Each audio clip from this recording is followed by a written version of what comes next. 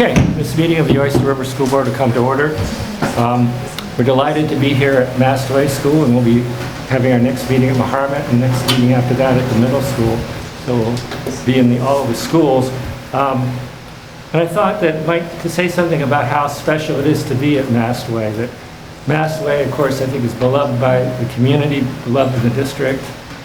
And it also has a very important place in the history of literacy that people may not be aware of.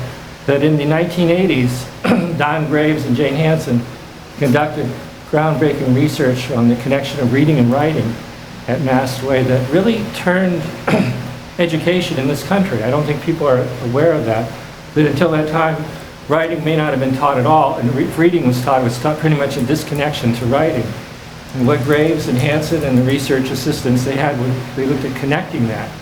And all the stuff in mentor texts and, connections of reading and writing, I think came from that study. At least that was a real pivotal point in literacy history. So it's special, I think, in the community, but it's also special in terms of the history of how reading and writing is taught, the studies that went on in these classrooms. So it's very special to be here. If you would rise and if you choose to, say the Pledge of Allegiance. I pledge allegiance to the flag of the United States of America and to the republic for which it stands, one nation, under God, indivisible, with liberty and justice for all.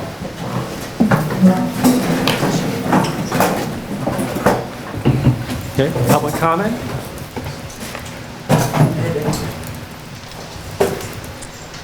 Hello, my name is Wynne Graves Moody, 4 Noble Farm in Maine.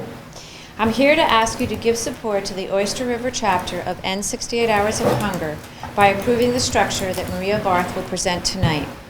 We need to solidify the Oyster River chapter of this amazing program to ensure its longevity, its success, and to create a working relationship between our communities and our school district to make it all happen. We all know that hungry kids cannot play, learn, or even attempt to realize their goals and aspirations. We are all learning ever so quickly that we have hungry kids in our communities that need our support. So please vote to create a real anchor to the End 68 Hours of Hunger Oyster River chapter. Thank you. Thank you.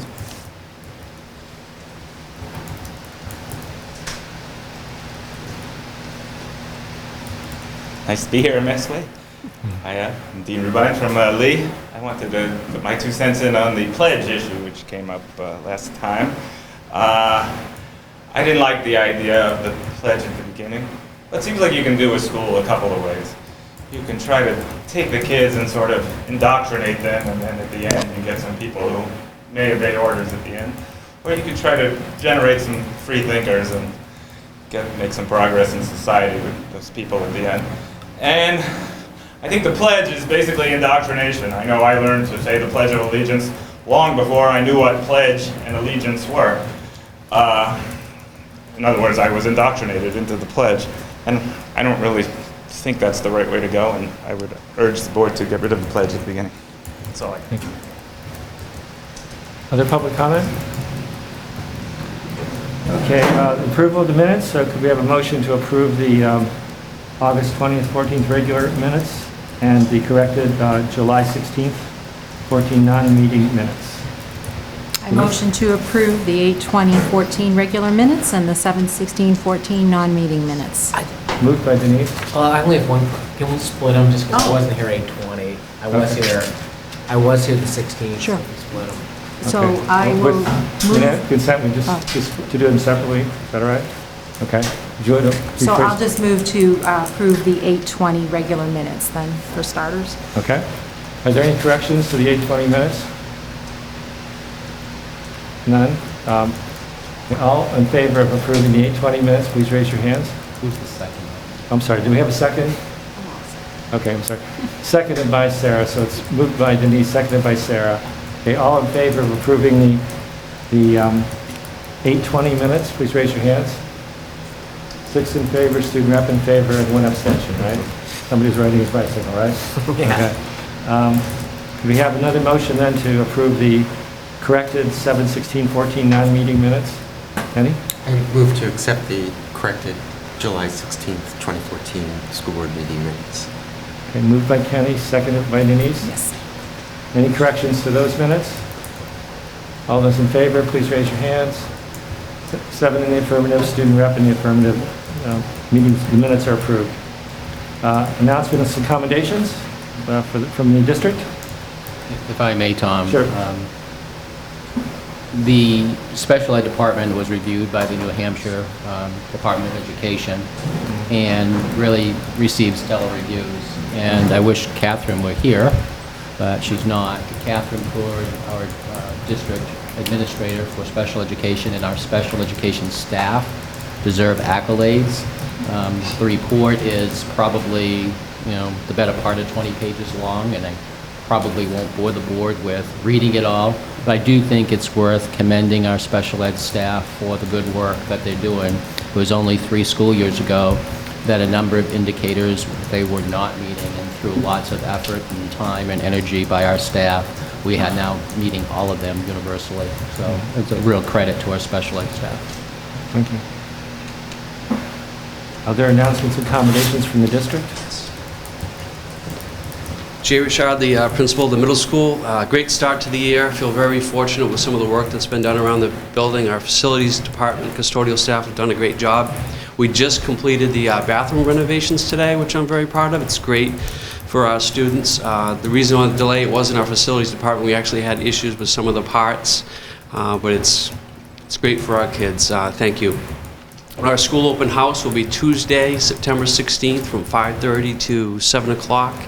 Starting to publicize that, and things are really starting to rock and roll at the middle school. We got all our clubs that are starting to start over the year, and I feel really good about that. Thank you. Thanks, Jay. Good evening, everyone. Carrie Vaish from Mastway. Thank you for coming to our home here tonight. It is a great, special little school, and I'm pleased to be the principal of it. We opened our doors with the children once again coming in with the biggest smiles, the bubbling faces, and they're really excited to learn. So that, I really cannot be more pleased than that. The school does look fabulous. I'll piggyback on what Jay said. Behind me in the gymnasium, our new floor, rubberized floor, looks fantastic. It has the Mastway logo in the middle of it. If you haven't seen it, please feel free to stop on by and come take a look. I know our physical education teacher, Kathy Baker, is thrilled, and it's really revived the whole school and the camaraderie and the excitement about our building. Jim Ruzicki, our facilities director, did really an amazing job with all of the projects throughout the district this summer, including the biggest over at Moheramet. But we had the exterior of our building painted and power washed and painted. We had replaced 3 carpeted floors with tile, which is part of the master plan. The gym floor was a huge piece to it, and we did all the foundational work for our generator, which is coming shortly. It was pretty amazing to see it all come together wonderfully. Our first few days back, the Mastway staff and the Moheramet staff came together here to receive CPR and CPR training. It was great to get that done so that everyone is on the same track. Thank you to McGregor for coming and sending about 4 or 5 folks over for that training. It was nice to have everyone all together. And our first PTO event is going to be this Friday night with our family picnic and ice cream party. So we'll be right out back. It's a very low-key event where folks bring a picnic basket lunch and hang out on the grass, and sounds like the weather's going to be warm, so we'll find a cool spot under a tree and have some cold ice cream. Next Thursday, the 11th, will be our curriculum night. So that's an evening for parents only to come here, meet all of the staff here at Mastway, and then hear about what's being instructed in the particular grade that your students are in. So we're excited for a great year and glad to have you here tonight. Thanks. Thank you.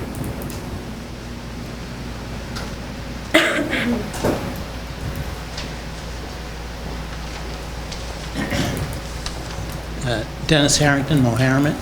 Ditto for everything they said. I'm not going to repeat it. But I would add, I spent very little time getting ready for school this year. And I have to praise my staff for what they were able to do to have Mohammed open so effectively this fall. And I'd like to also thank the superintendent for coming this morning and listening to our staff and beginning a process that I think will be very productive for all of us. And on a more serious note, I would like to recognize two people who just died. Fred Jervis and Janice Williams. They never wanted me to do this in public, but I'm doing it now. Fred, if you don't know, was the creator of back planning about 35 years ago, and worked endlessly with organizations across the country. In the late 90s through most of the 2000s, Fred and Janice adopted Mohammed. And when you see anything about Mohammed, it has evolved from Fred's back planning, including the opening of the school. I did not know Fred personally until about 1997, when I had some questions about back planning, and I had taken workshops with him back in the 70s and adopted his planning model and discovered, oh my goodness, their office is in Durham. So I visited one day there and asking some questions, and Fred said, come on in and sit down. And from that point, he adopted Mohammed, and he and his wife and his organization spent thousands and thousands of dollars in consulting fees that were never charged to help me introduce back planning to my staff, to become more refined myself with back planning. And if you look at the playground at Mohammed, it's a direct result of back planning. If you look at the fact that in 1990 we adopted everyday math, it was a result of back planning. Almost any important event or activity that was related to curriculum or to issues like the playground came out of back planning. So Mohammed has a wonderful staff. Mohammed has an old principal. And it has a planning model that has served it well. And I think that the accomplishments of the school are related to the staff, but also the use of a planning model that has been effective for Mohammed.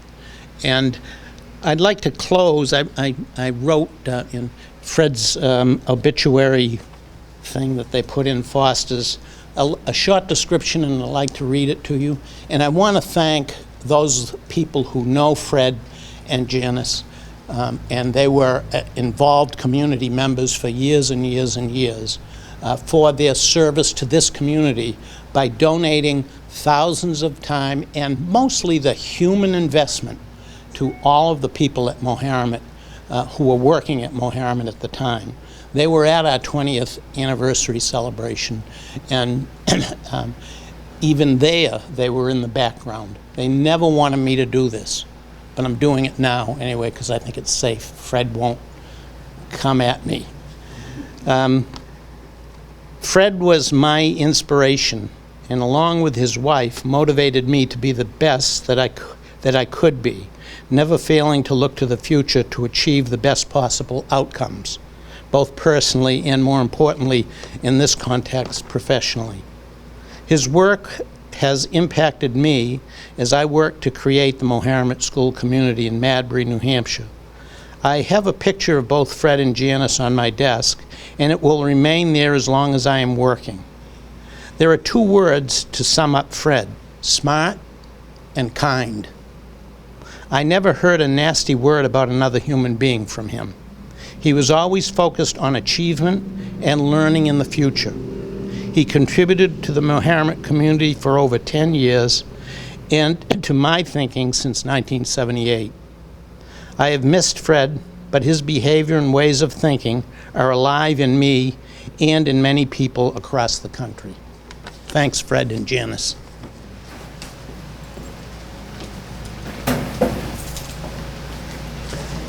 Todd Allen from high school. I wanted to recognize a couple of things.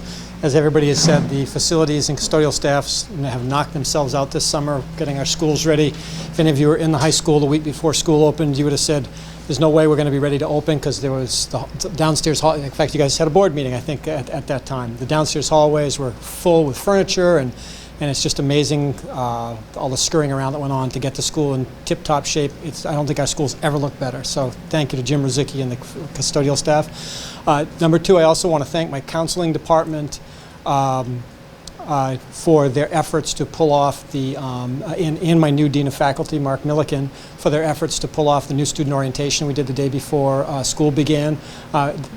There's no question there's a noticeable decrease in the anxiety level of many of our new students and our freshmen, that they really were able to go all over the building, connect with teachers. It was just a very solid program, and I think a lot of kids arrived at school feeling much more confident coming in. So I think that's a great step forward, and hopefully that definitely will be a program we continue. And then lastly, I just want to say our high school open house, for those who are putting on your calendars, September 18th from 6:30 to about 8:15. Parents, community members can come in, check out the school. You get to follow your child's schedule and kind of meet all their teachers in kind of a mini version of the day. Please come and enjoy it. Thank you.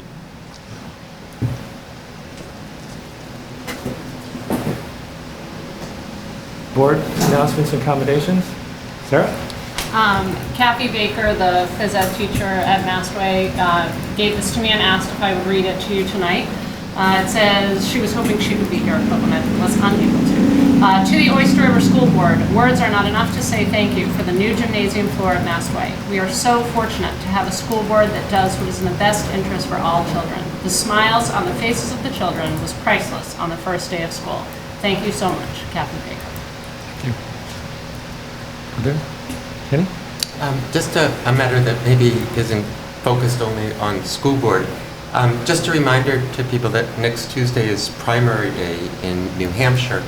And no matter what your political leanings or what your philosophies are about education, decisions made in Concord greatly impact schools, and of course national decisions do as well. So I encourage everyone to pay attention to candidates, think how they align with your political and educational beliefs, and use that citizenship that's so important, which is voting. So,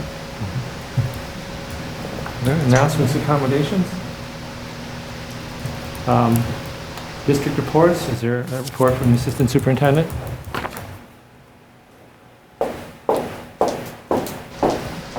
Good evening.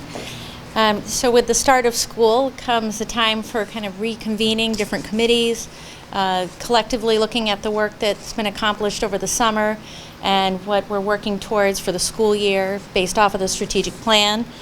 The elementary math committee, a subset of that, has been exploring this summer different resources. So we have been using the instructional materials evaluation tool as a protocol to begin the process, which is put out by Student Achievement Partners. It's a protocol that examines 4 kind of non-negotiable areas in elementary mathematics. It looks at focus, that the major focus of the grade level is represented in the resource, that it represents rigor, that the resource has a balance of skill and procedure, conceptual understanding and application in mathematics.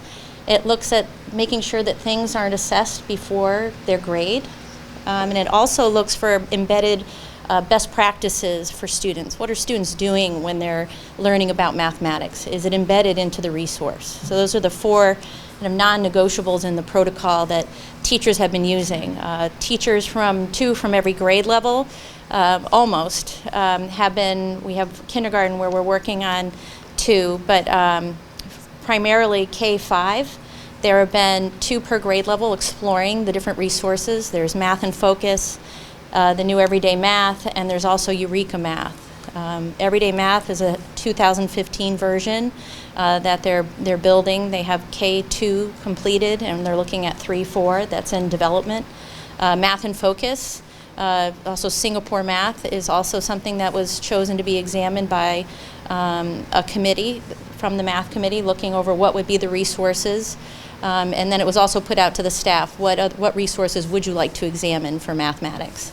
We looked to surrounding towns and comparable districts to see what they were using as well. And it really, Math in Focus, Everyday Math, there was Envisions Math, but every high-performing school district that we looked at was using something different. So there wasn't any pattern or any one resource. So we went to task this summer, and we're almost complete with our evaluation. And I have to say, I commend the staff that dedicated this time this summer in exploring the resources. It's been a research project in that it started with some assumptions of going into the work and what we thought we'd find. And then as it turns out, heading into the protocol, there's been some incredible discussions about mathematics. There's been surprises, confirmations. So we're excited. The next phase of this is to move towards reconvening the larger 16-person elementary math committee, as well as going out to all staff to look at the overall resources. So now we have a quantitative side, kind of those 4 non-negotiables. Is it in the material? Is the resource going to have it, what we need in the resource? And then that feel of what do the resources look like? What are the resources to support staff, to support students? Does it have a technology component?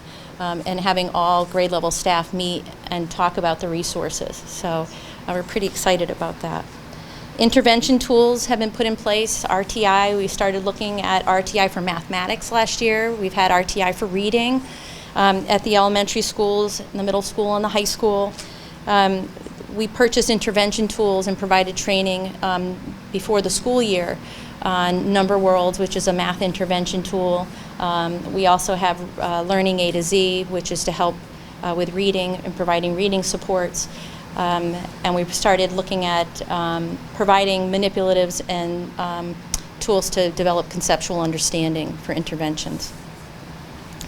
As every year, what we've been doing is we open up committees that have been existing from the previous year, and we allow staff to kind of rejoin, continue, add new committee members. So when people ask, how do we develop these district level committees, it's purely on a volunteer basis. The majority of our district committees, some are tasked with having certain membership, but for the most part, our district committees are really put out to the broad staff as a whole and asked if they are interested. We've had many just continue on to this coming year, but we've had new faces and some that have different commitments, and so it gives people an opportunity to kind of refresh the committees and make sure they're working on the work that they're passionate about. Any questions? No questions? Thank you, Carolyn. Thank you. Superintendent's report and enrollment. Thank you. In your packet, I gave you an indication of what the enrollment was as we opened school. I just want to remind the board that this is unofficial. It doesn't become official until October 1st.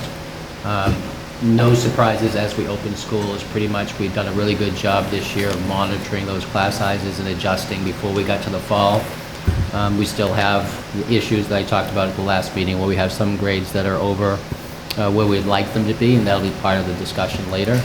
But just as a point of reference, October 1st last year we had 2,058 students. As we have this unofficial enrollment today, it's 2,090 students, so we're seeing some growth and as opposed to some shrinkage, so that's always a good thing. I think we were helped this year in particular by the high school having over 30 students move in who are resident students that we weren't anticipating. So the high school is over 700 for the first time in a very long time. 680 youngsters at the middle school, just about what the long-range planning committee and we predicted. And the grade levels at the elementary schools are pretty much where we thought they would be. So long-range planning committee predictions were pretty much on target and as we open schools. So we'll see whether there's attrition between now and October 1st, because The reason these are unofficial is because the state of New Hampshire allows the month of September to be kind of the settling point where students may have moved, that we haven't got requests for records yet. So when we get to October 1st, we'll finalize these and share them with you again. Sarah? Do we have a large, I mean, I can't say large, but do we have a transient population with people that come in and live in campground, the campground, and then shift over to Hampton? Sure. Relatively small compared to most Okay. districts. Okay. I mean, we do have a transient population, but it's relatively small. I had a question because looking at the numbers at Massway, it appears as though next year you're going to lose a fairly large fourth grade class of 74 and probably replace with a class of about 50. So that, if the numbers are probably going to go down, which would create space, and whether the possibility of Massway being kindergarten central for all-day kindergarten, is that something that's being looked at? We're just reaching out for the parent participation in that committee, and we're going to be investigating all options, including that particular option. And there'll be other options that we'll consider as well, and when we have all of that vetted, we'll certainly be sharing it with the board to give you some kind of indication of direction. Yeah. Other questions about the enrollment report? Okay. Business administrator? Nothing? Okay. Student Senate report?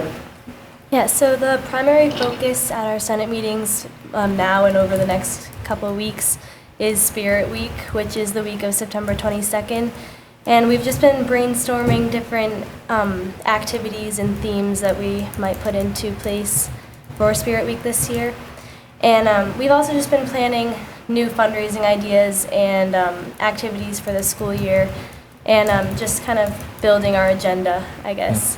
And primarily the students have been adjusting to their new teachers and schedules, and I'd say that it's been a pretty smooth transition from summer to the start of school, so it's good.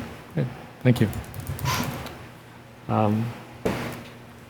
So now we can move to the discussion item, class size policy.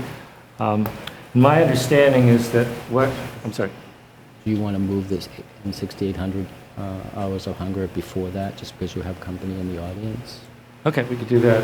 Without objection, Dr. Morris suggested we may move the end 68 hours of hunger before that because we have people here just for that issue. Is that agreeable to people to reverse those? Yeah. Okay. Okay, so Maria, I don't know if you want to talk about the charge and the reason for the charge. I would like to. Okay. This is an issue. We have 10% of our student population that qualify for free and reduced price lunch.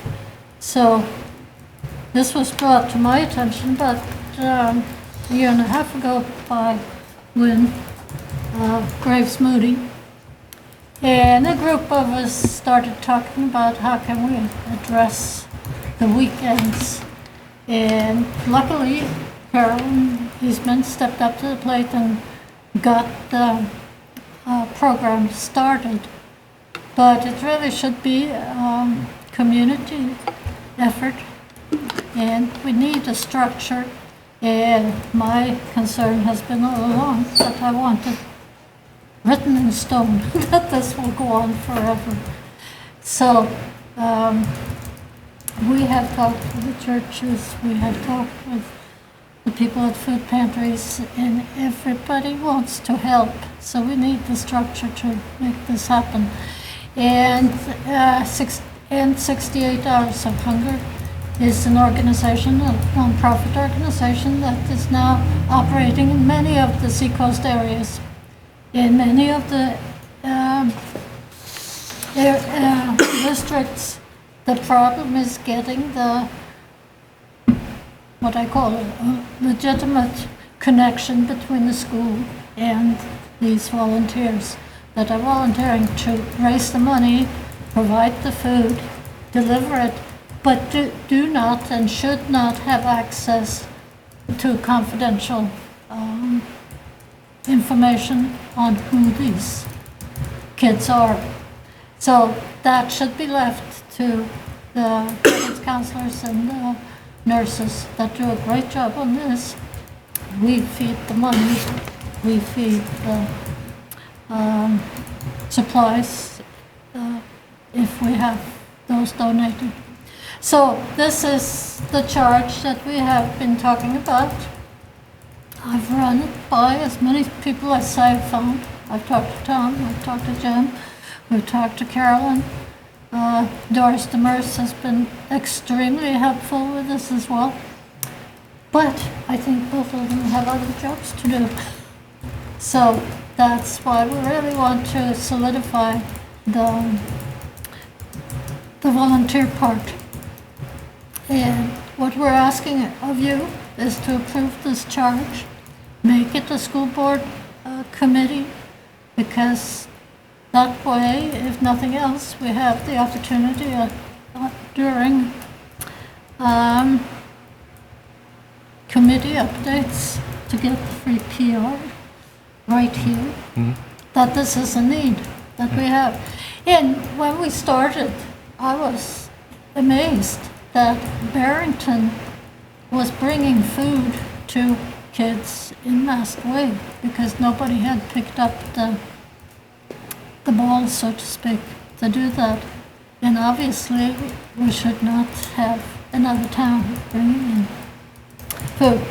So, and I can't thank the volunteers enough, Lynn, but there's Renee, I'm so bad at names, who is a professional PR person, very much involved. There's Debbie, who is a professional graphic artist that is working on posters and things, and somebody who's very connected in the church is getting them involved. So there is already stuff going on, but we'd like this structure. So that's why I have brought it forward. So would you like to make a motion to approve this charge? Yes, I would like to. Okay. Moved by Maria to approve this charge. I move to approve it. Okay, Yes. is there a second? I'll second it. Moved by Maria, seconded by Al. So is there discussion about the approval of this charge for the End 68 Hours of Hunger? I just have one question, I think you kind of answered, but, so like all the volunteers get all the food, get all the money, I assume pack all the food up, they get it to district personnel, and then the district personnel distribute it? Is that how it works? That's how it works.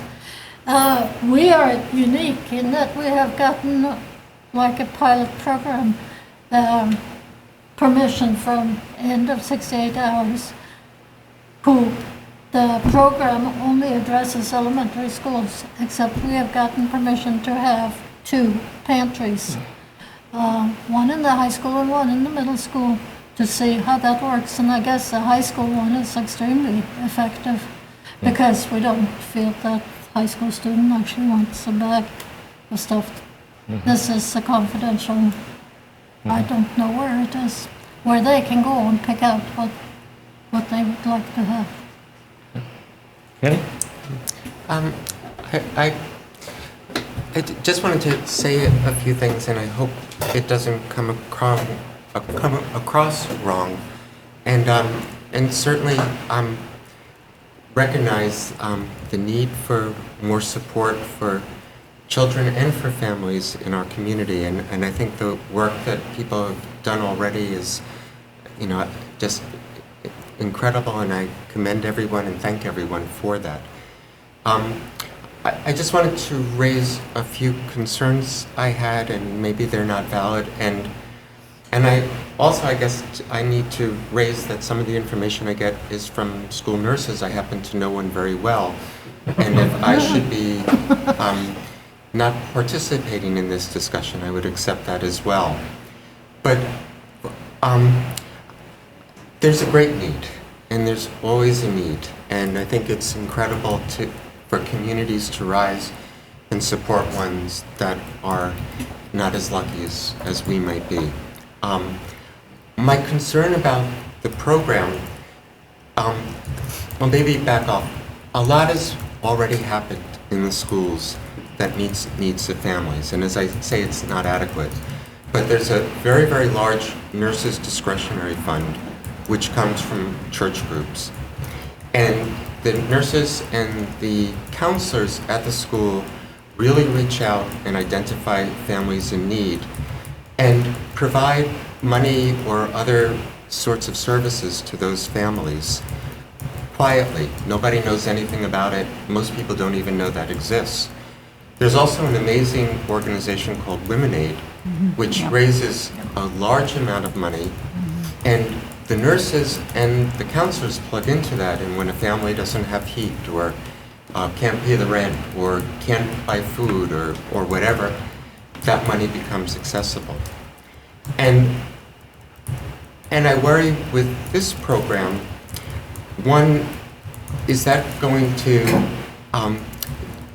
kind of take away that anonymity, which I think is so important. And if you talk of a high school student going to pick up food for the weekend, that might be a very tough thing to do. Also, I think there's the issue of quality, because there's a strict kind of parameters of food that needs to get bought where, calorie needs. And here we're doing this tremendous reach out in the school, improving school nutrition. And a lot of the food that's being provided on the weekends is far from that. And this program is really important, but I wonder if it might not be better to use this community involvement in channeling more to the way that we're doing it now in what I think might be a way that respects people's dignity and privacy more, and maybe also work towards that goal of quality food and maybe even tying it into our sustainability and tying it to local food. So I raise that because it's a concern of mine, and I guess I'll leave it at that. Well, Maria, would you want to answer? Could you? Yeah. Because I think the issues of, anonymity and quality, those are the two that you're raising, right? I don't think there is any doubt that the anonymity has to be preserved in this group, the volunteer part. That's why it's a school community partnership. That should never be breached. And you get back to the quality. When we started, we had like 5 cents, which didn't go very far. We quickly got, thanks to some donation, a couple of $1,000, which doesn't go very far either. As money has become more available, the quality of the food, obviously, it's better to have something than nothing. Totally. And the quality has improved, and the whole question of this is that we want to help the children. Having grown up in with an alcoholic father and a mentally disturbed mother, you could have given them help, but it wouldn't have gotten to me. This will put food directly in the hands of children, and that's the whole point. That the community also have food pantries and outreach and whatever is wonderful, and we should have that. But this is strictly focused on the child, like me. Yeah. I wanted to actually address one of your concerns also, which was kind of a coordination of the different things. And it's like in the structure of your charter, you have, 6 volunteers. So I'm wondering, maybe you can get somebody from Women Aid and one of the nurses. I mean, it would seem to me you'd want them on your committee so that you really want a coordinated effort. You don't want to try to be repeating or, duplicating. So I mean, there's a mechanism in the charter that I think allows you to form your committee to best utilize all the resources. Denise, I'm sorry. I have to say that I agree with Kenny, and my reason is that definitely it's an admirable initiative. I work for an organization that's a recipient of End 68 Hours of Hunger. And the way that it works in our organization is we simply let them know how many we need for the weekend, and then they provide the number of bags. I'm not saying that there isn't a need and that it's important to address the need, but I agree that I'm not sure this is the best way to do it. I have also used Women Aid to help families homeless families get into housing. Part of my concern with this is we start doing a big fundraising. Does it take away from other important initiatives? And I just feel that I agree that personnel in the school, the nurses, the counselors know what needs are there. And yes, sometimes the needs are around food, but sometimes there are other needs. Sometimes it might be getting a piece of sports equipment so that someone can play a sport that they would otherwise not being able to participate in or whatever. And I also just question the level of having it be a school board committee. I feel like this is better in a nonprofit. I mean, personally, I donate to the local food pantries through my church. My church does a collection, So I guess my concern with this is really, I'm not sure that this is the best way to address the need that is there. I don't disagree with us needing to address that need, but I think that it's more involved perhaps than, yes, some children absolutely need food for the weekend, absolutely. But there are other needs as well, and I don't feel like we should ignore them just to focus on this, I guess. You want to say something? Yes, please. Thank you, Mr. Chair. I'd urge the board to give this serious consideration. Any efforts that we make in any area require multifaceted approaches, and I think that certainly the contributions that have been made vis-a-vis our school nurses and the care they take on a number of issues, our counselors are all facets of how we can address poverty. The 68 Hours of Hunger is a very focused effort, clearly. It's not about coats and it's not about boots, it's about food. And like Maria, I grew up in very, very deep poverty. And food was always an issue on our table, whether we would have any or not. And so, I know the good efforts that are going on in the district on a whole bunch of levels. This particular one is really about a fundamental issue of providing nourishment. And Kenny is absolutely right. Initially, when we started this, the quality of the food was, what you could afford, and Maria's acknowledged that. But as we have gotten the resources, the quality of the food has definitely gone up. And we are protecting every child's identity. The volunteers have no idea who's getting the food, only the school personnel do. So I would encourage the board to give it, every serious consideration, only as one more tool in a tool chest of helping families in need. And, food couldn't be more fundamental, and our commitment is to try to make sure that the product that we're giving the kids is of the highest quality, obviously, that we can afford based on the fundraising. I didn't have a sense from the churches when I was talking to the ministers involved that they felt that this was competing with efforts that they're making.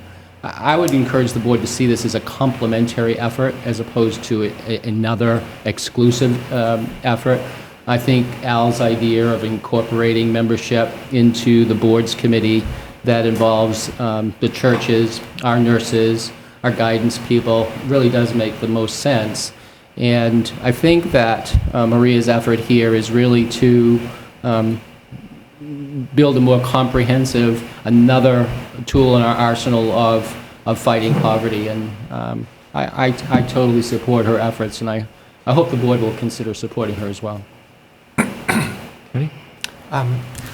I will support it, and I think that the conversation is very meaningful, and I think it's certainly a very, very worthwhile endeavor.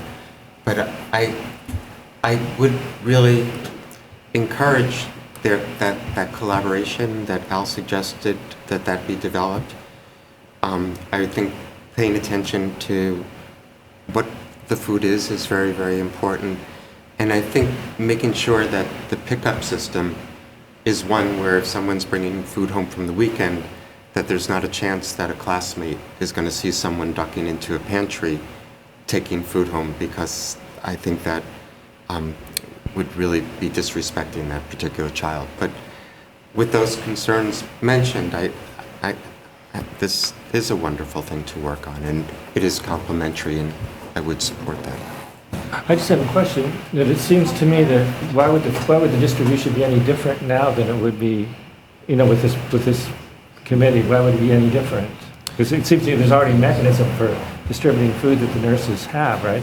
I think the nurse's approach is much more multifaceted. It's not just, it's not just about food. It's about families in need. Kenny alluded to, the idea of, boots, mittens, hats, electrical bills, even they've even helped families with technology. I mean, they have the ability to be much more multifaceted than this. Yeah. I understand that. I just wonder, in terms of the anonymity, why would this change the anonymity in terms of... Sure. Kenny's concern is legitimate in the sense that if we put all the backpacks out in the hallway and kids were picking them up in the hallway, then people would say, oh, that must be a child who's getting food support, that kind of thing. I think the approach is far more anonymous than that. Carolyn, would you like to address specifically how the food is distributed?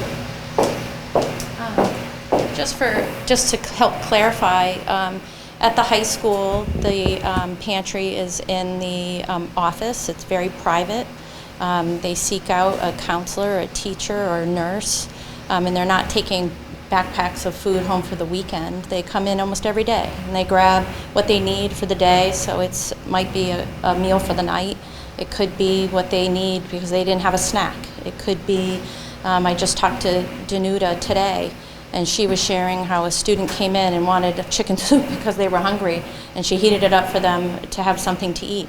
And then they actually saw that we had a pantry, and there's some awareness about that.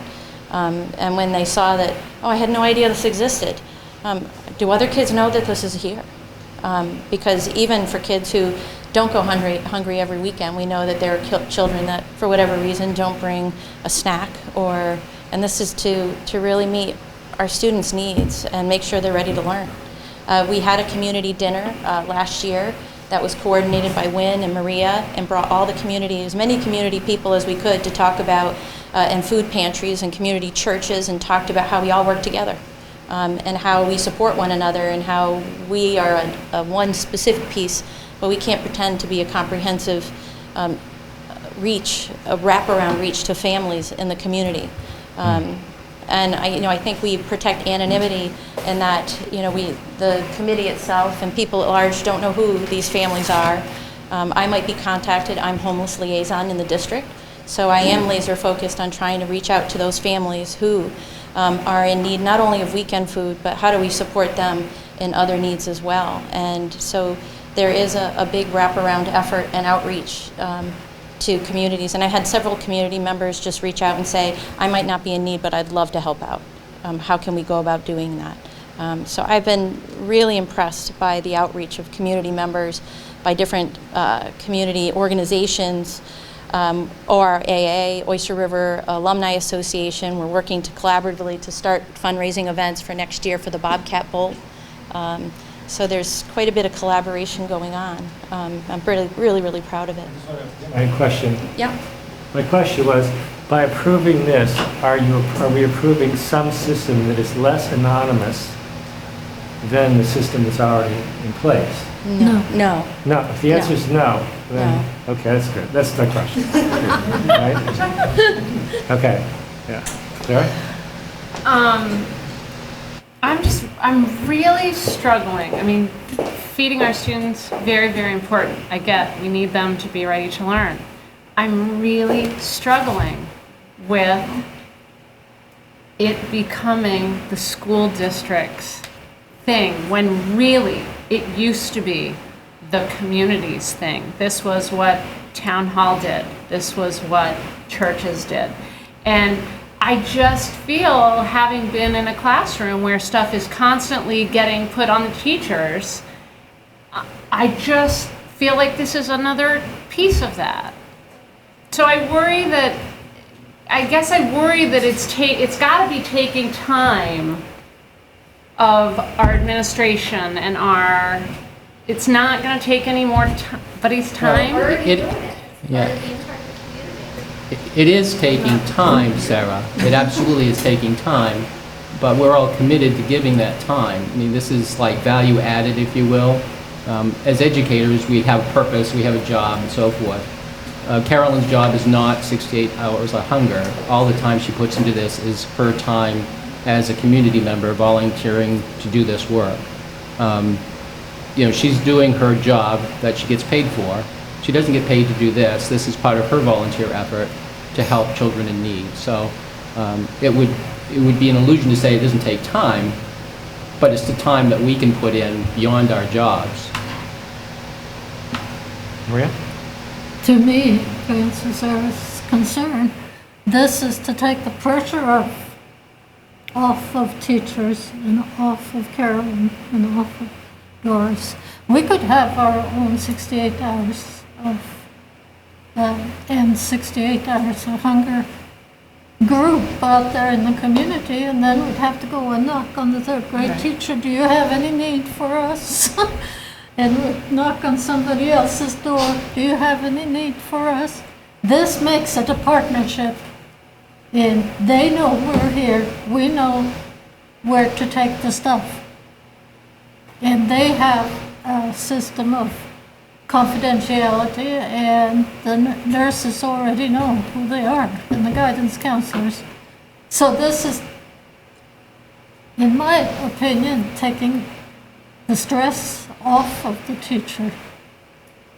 It absolutely. I didn't quite articulate that well. My concern is not so much that it's going to put more stress on teachers and that this is going to get handed to them. It's just that in society, some roles that used to be taken on by parents or the towns or things like that, now we're doing anti-bullying in schools. Well, it used to be that was taught at home. And my concern is that more and more and more is going to get put on the schools, and how far can we push you guys? And that's my concern. That's my only concern, because these kids need to be fed, and they need to be fed in order to succeed in school. But is it the school district's job? Kids and learning are the school district's job, and we all know that hungry kids don't learn. And that's where I guess I go with it. Okay. So I don't want to complicate matters, but so it seems to me there's a concern about anonymity. In the charter, can you just put that in order to preserve student anonymity, only authorized school staff will distribute the food? And I think that takes away all the concern. No, Al, that just complicates it. I'm not trying to complicate that you really couldn't function that. The issue of anonymity on poverty issues is a federal law. Mm-hmm. So, as groups are working with us, let me give you a non-68 hours of hunger example. So Corey, our athletic director, has a group of kids go out for athletics. And if 10% of our kids live in poverty, then we could predict that 10% of them can't afford $150 sneakers. Okay? So Corey and Todd make sure that child who wants to play sports somehow has the sneakers they need. Mm-hmm. Nobody knows that child got the sneakers from Corey and Todd. Nobody knows that Danuta was part of that solution. Nobody knows any part of that issue.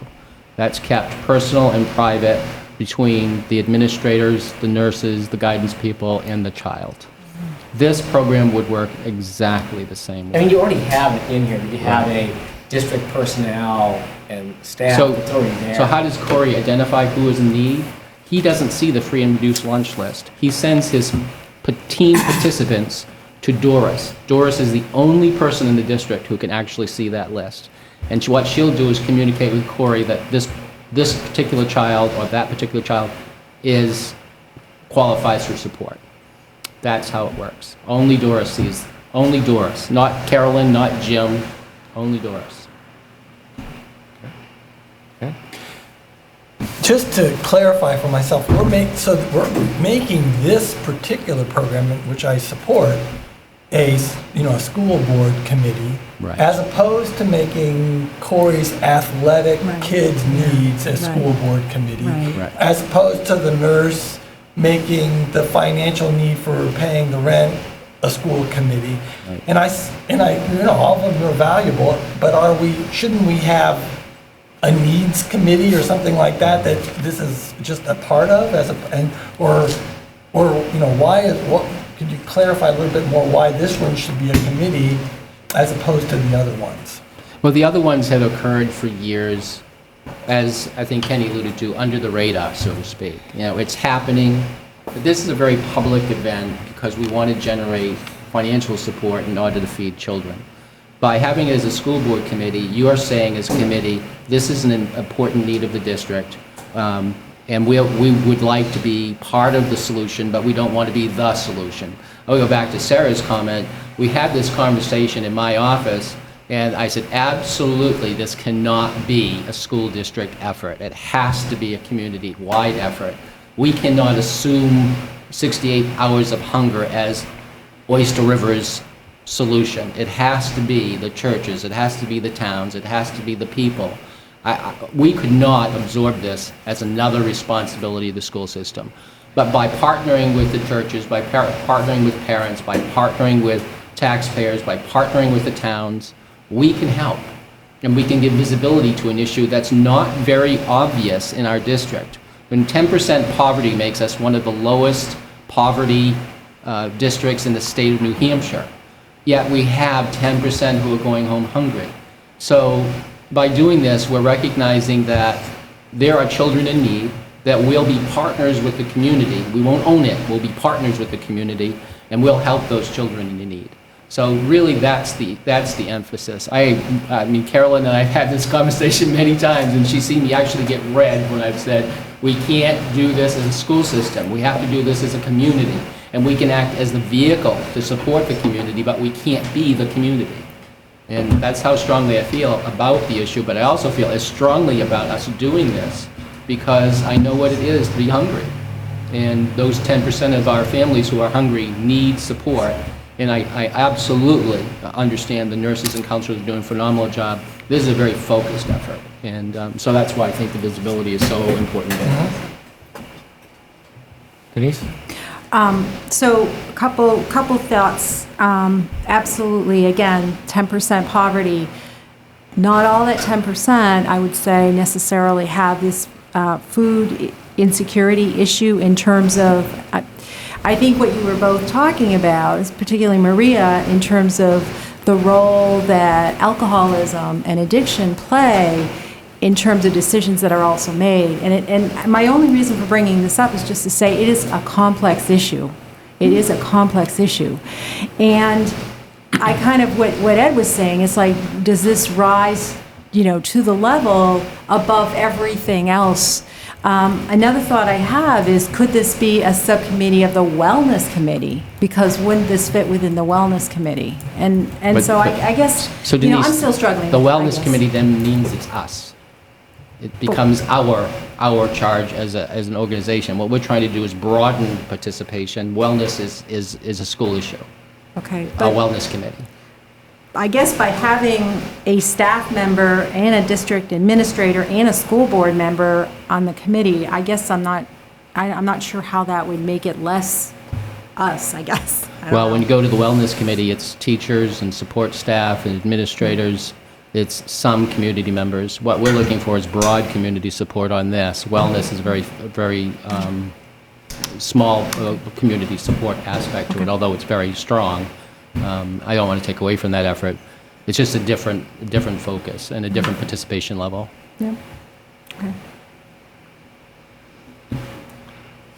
Further discussion? So are we ready to vote on this? All those in favor of this charge for the and 68 Hours of Hunger Advisory Committee, please raise your hands. Wait, can I ask one more question? I'm sorry. Well, Can I do that? Okay. Okay. Is this something that is forever until Or if we try it and we do it for 2 years and the district is owning it. Because I've seen what volunteerism is, okay? And if it gets to be something that the district is owning, can the district say, we can't do it anymore? Sure, anything the board creates, they can uncreate. So I need, thank you. And I think we could, after a year, you can say, how's this working? Exactly. Is this Annual is report. this interfering? Are we having problems with anonymity? I think as long as somebody can come back and then assess it, because I think if you can't, you can, things might happen, and then we learn that we might have to adjust it. So okay, so ready to vote? Okay, all those in favor of this charge for Oyster River to end 68 hours of hunger? Okay. Sorry. 7 in favor, the student rep in favor? No, I'm sorry. I was not in favor. Sorry. 6 in favor, student rep in favor. All those opposed? 1. Denise Day opposed. Sorry, Denise. That's okay. Okay.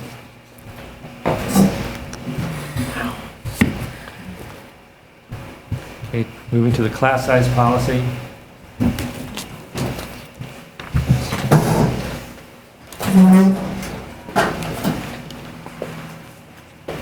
So, this is a pretty important discussion for the school board, and really, the reason it's so important to the administrators and teachers in the district is because we all believe that rational class sizes make sense. Small classes or ultra-small classes don't make sense, but neither do large classes. And just as I open this, when I started my teaching career, I was 22 years old, art teacher, and my first large class was a combined class of grade 4, 5, and 6 that had 36 kids in it. And the art lessons I did for those 36 kids were way different than the art lessons I did in the other schools where I had a 4th grade, a 5th grade, and a 6th grade of approximately 22 to 24 kids. So just in terms of, as we go through this discussion, thinking about this in terms of logic, we have 20 kids versus 30 kids. 20 kids versus 30 kids. Or 20 kids versus 25 kids. What happens is you decrease the amount of time that our teachers can spend with individual students. So I wanted to pick up this thought in relation to what a reasonable class size allows. And essentially it allows us, and I'm saying reasonable class sizes through this whole thing, it allows us to implement the district vision, a vision that the board adopted, where we're a place where students, parents, staff, and community work together to form a lifelong passion for learning and engage all students. We create a safe, stimulating learning environment where all students are challenged to learn and where every member of our community is known and valued. That's our school community, our students and our staff.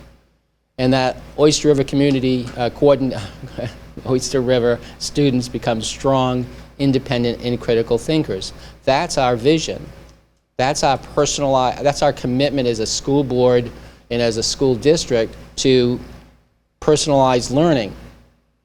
So the next several slides is really just to talk about the policy. And the reason I put the policy up here is because you all have access to it, but the community that will watch this may not know what the policy says. So if you just bear with me for a few seconds, I'll just repeat what you all already know and what we as educators know. And that is, what is policy IIB? It's our effort to provide the best education for all our students in Oyster River Cooperative School District. It is the goal of Oyster River School Board to support the following guidelines. I really emphasize it is your goal. It's not an absolute. Because I got into a conversation this morning at Mohammed, and one of the teachers challenged me on class size, that we weren't committed to small class sizes. I did say that we were committed to reasonable class sizes. And the example that she was concerned about was 1st grade. And 1st grade at Mohammed is 22. So literally it's 10% larger than the goal. But I said to the teacher, the problem is that if I divide that class into 2, it's 2 classes of 11, which certainly would be small class sizes, but not likely to be supported by our community.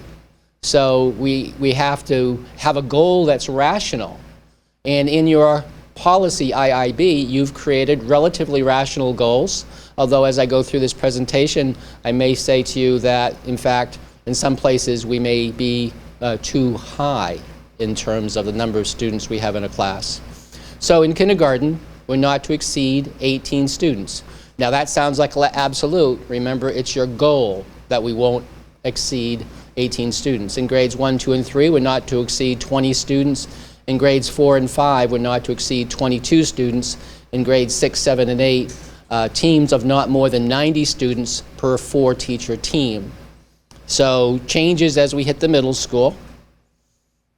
And as we hit the high school, it changes again. In general, not to exceed 22 students, with the exception of those classes that may be above or below 22, depending on the curriculum, the activities, space limitations, and safety. So if you kind of keep those embedded in your brain as we have this conversation, the goal of the high school is 22 students per class. But space becomes a pretty important issue at the high school. And I'll just at this point give you the example, and I'm sure Todd will when he has his chance to talk to you, a shop that can only hold 14 kids. Skill saws, jigsaws, power drills, radial arm saws, pneumatic devices, electricity. Do we really want to have a shop that can hold 22 kids with one instructor? I would say for safety reasons, we certainly don't. So it's about space, it's about the curriculum, it's about safety.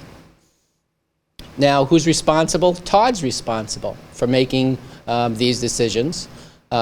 He has to consider the resources, both space and staff. Staff is a resource. We often don't think about staff as a resource, we think about materials as a resource.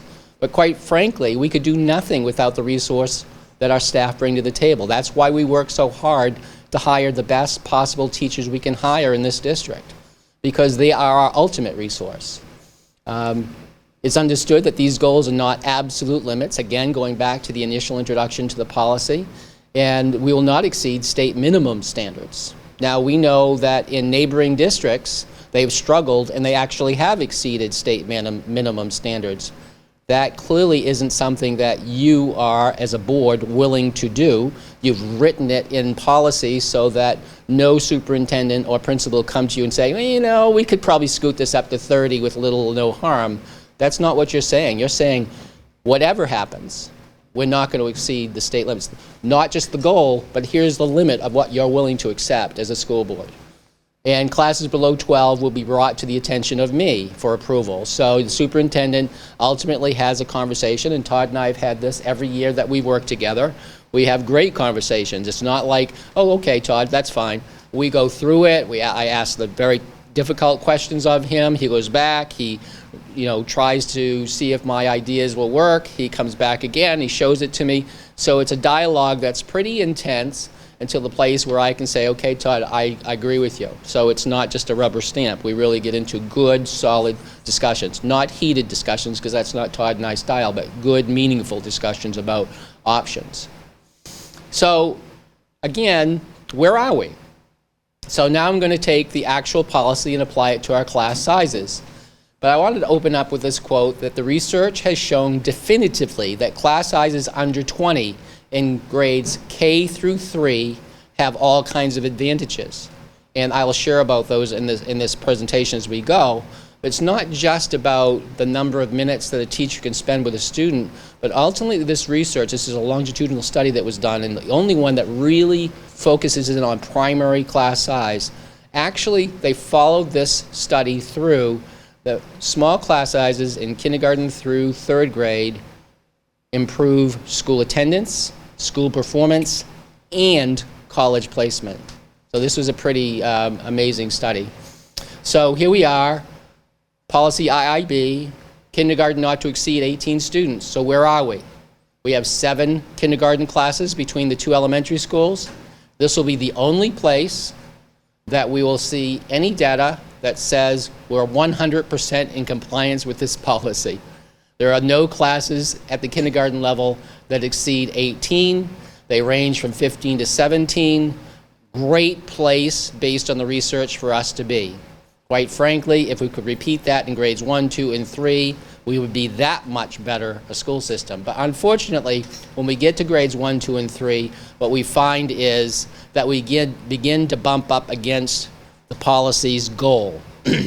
Now, part of the reason we do at the elementary level is because we have 2 elementary schools, and we don't have the ability yet to balance class loads between the 2 schools.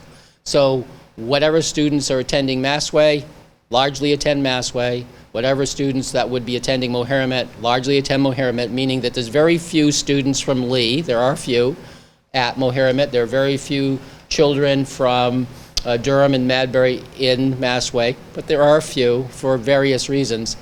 But we can't, because of board procedure and practice through last spring's discussion, we can't just willy-nilly balance the class loads. If we could, quite frankly, if we could do that, you could see we would be in compliance with your goal, but we can't. So really, when you look down through this, I would say that almost universally, Massway is well within the compliance of the board's goal, and Moheramet constantly is pushing the limits of the board's goal. I would say that Massway is perfectly enrolled, and Moheramet is over-enrolled. I'm not saying Massway is under-enrolled at all. Those class sizes are pretty nice, but they're not small. 18, 19, 20 kids is not small. So I think that the way that our class sizes are currently configured is really a product of our geography and the fact that we have 2 elementary schools.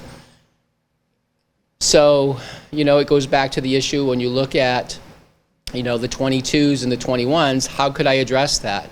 As a superintendent, I really don't have a vehicle to address it.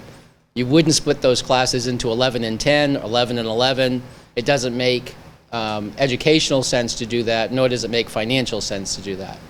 So it is sort of what it is. There's not a whole lot of options for me to balance the class loads working with Dennis and Carrie.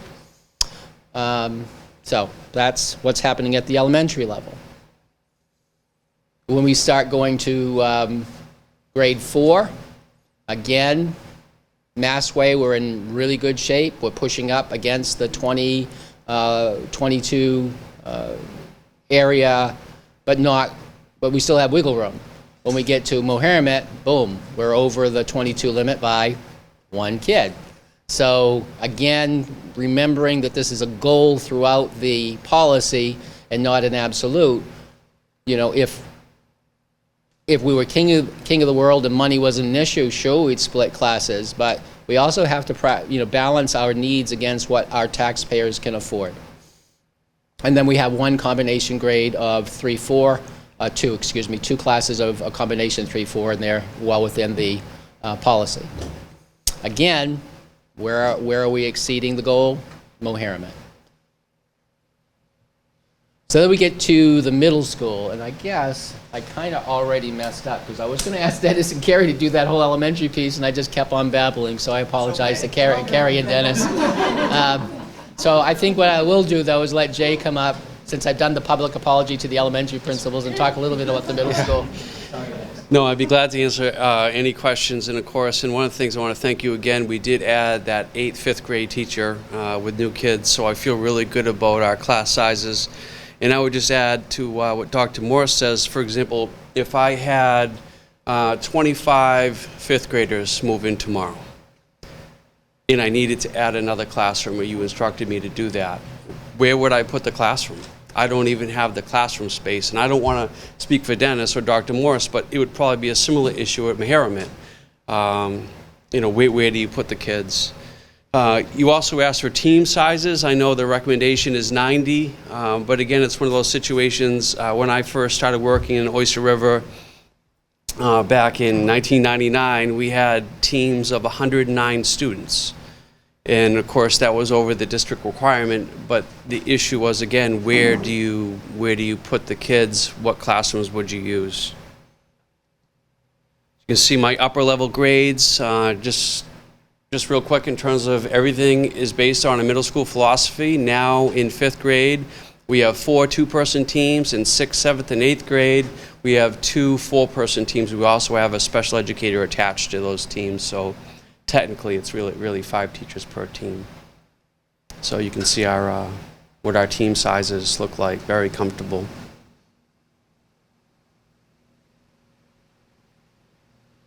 That's pretty much it. Any questions about the middle school structure or class sizes or team sizes? Until Todd gets his. Oh, okay. And then we'll wrap it up. Great. Answer questions. Bring all of you guys up front. Here you go, Mr. Allen.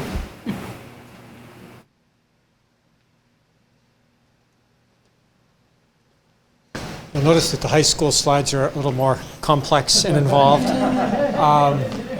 Whenever I'm asked the question to try to describe our average class size or try to give you some kind of a quantitative analysis of what we do at the high school, it's very challenging to do.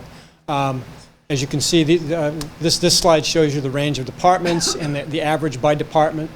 The middle column shows you what we call the caps. So when we build a schedule, we establish a cap of how many students you can have in a particular class. So for example, if you look at the top column, English, in our writing intensive classes where there's a tremendous amount of written product produced by kids, we set a cap at 16 because that's the amount of time and energy, it's the time and energy required by a teacher to be able to conference and do all of the things that are involved in a writing intensive class. High is the top end, the largest class size we start our schedule building at. One of the things you'll notice this year, and this is a fairly new problem to us, is that we've had to exceed our cap in multiple places simply because we have more students than we have had. We're about 5% more students this year than last year. Actually, almost 6% more students this year than last year. And one of the things that we have struggled with is to, number one, provide the range of elective offerings that our students crave. Number one, most importantly, because we're trying to engage kids in things that they're passionate about. And that's one of the things that has been really a value in the high school program, is to try to make sure that we offer a wide range of choices to kids because it allows them to find things that they're excited about, and then we connect that to the things that we need them to learn. So it's important to kind of keep that in mind, but we're running out of spaces to put people. So if you look, so you get the caps, highs and lows, and you can see there's quite a variation there of what we set those caps at. Again, based on what students choose, we have to exceed those caps at least we have this year, on a fairly regular basis, simply because it's a choice of, do we give this student a biology class or not? And unfortunately, we have had to do that. The last column is the actual range of within each department, what's the smallest class that we're currently running and what's the highest. Now if you look at the low end of that range, I know there's a couple of places where people are probably thinking, well, wait a minute, that's below the 12 lower threshold that is part of the policy. Those are all specific circumstances that require us to do it. In the math department, that's general math. That's a course that's geared towards a particular need of students in math. And that's how many kids need that class. And to not offer that would deny those students, and in many cases they're identified students with special learning issues, and that's what that class is for. In the world language department, 11 is the number that we have in AP Spanish. So it's the high-end course. That's how many kids in a given year are interested in taking that. If you look to the PE department, the PE health department, you'll see it's kind of an oddity there. The range is 9 to 23, but the average is 20.2. Because of the way schedules kind of fall together, we had to run one section of health this year that has 9 students in it. Not because that's what I wanted, but because when you start signing people up, the conflicts that come up, we needed to offer that section to meet the needs of those 9 kids. Mr. Q, the health teacher, has 4 classes of 23, but he has 1 class of 9 in it, so his average is still within that guideline, but in order to make sure all of the freshmen get health, which is a required course, we needed to run 1 section of 9 to fill that need. But again, his average class size is, over 20. He's 20.2. So anyway, so that's that information there. You can see at the bottom, the average class size across the school, taking every class into account, is 18 students. But keep in mind, as Dr. Morse talked about, we have a number of courses that we run that we start out significantly below. If you look in the shop, there are some classes, the electrical, exploring electricity. There's 13 student limit there. Why? Because you're exploring electricity. And we don't want them exploring it too much. And I also would point out, if you look at the music department, some oddity there. Obviously, there's a number of changes in the works in the music department, and you'll see that our average class size in music is 17.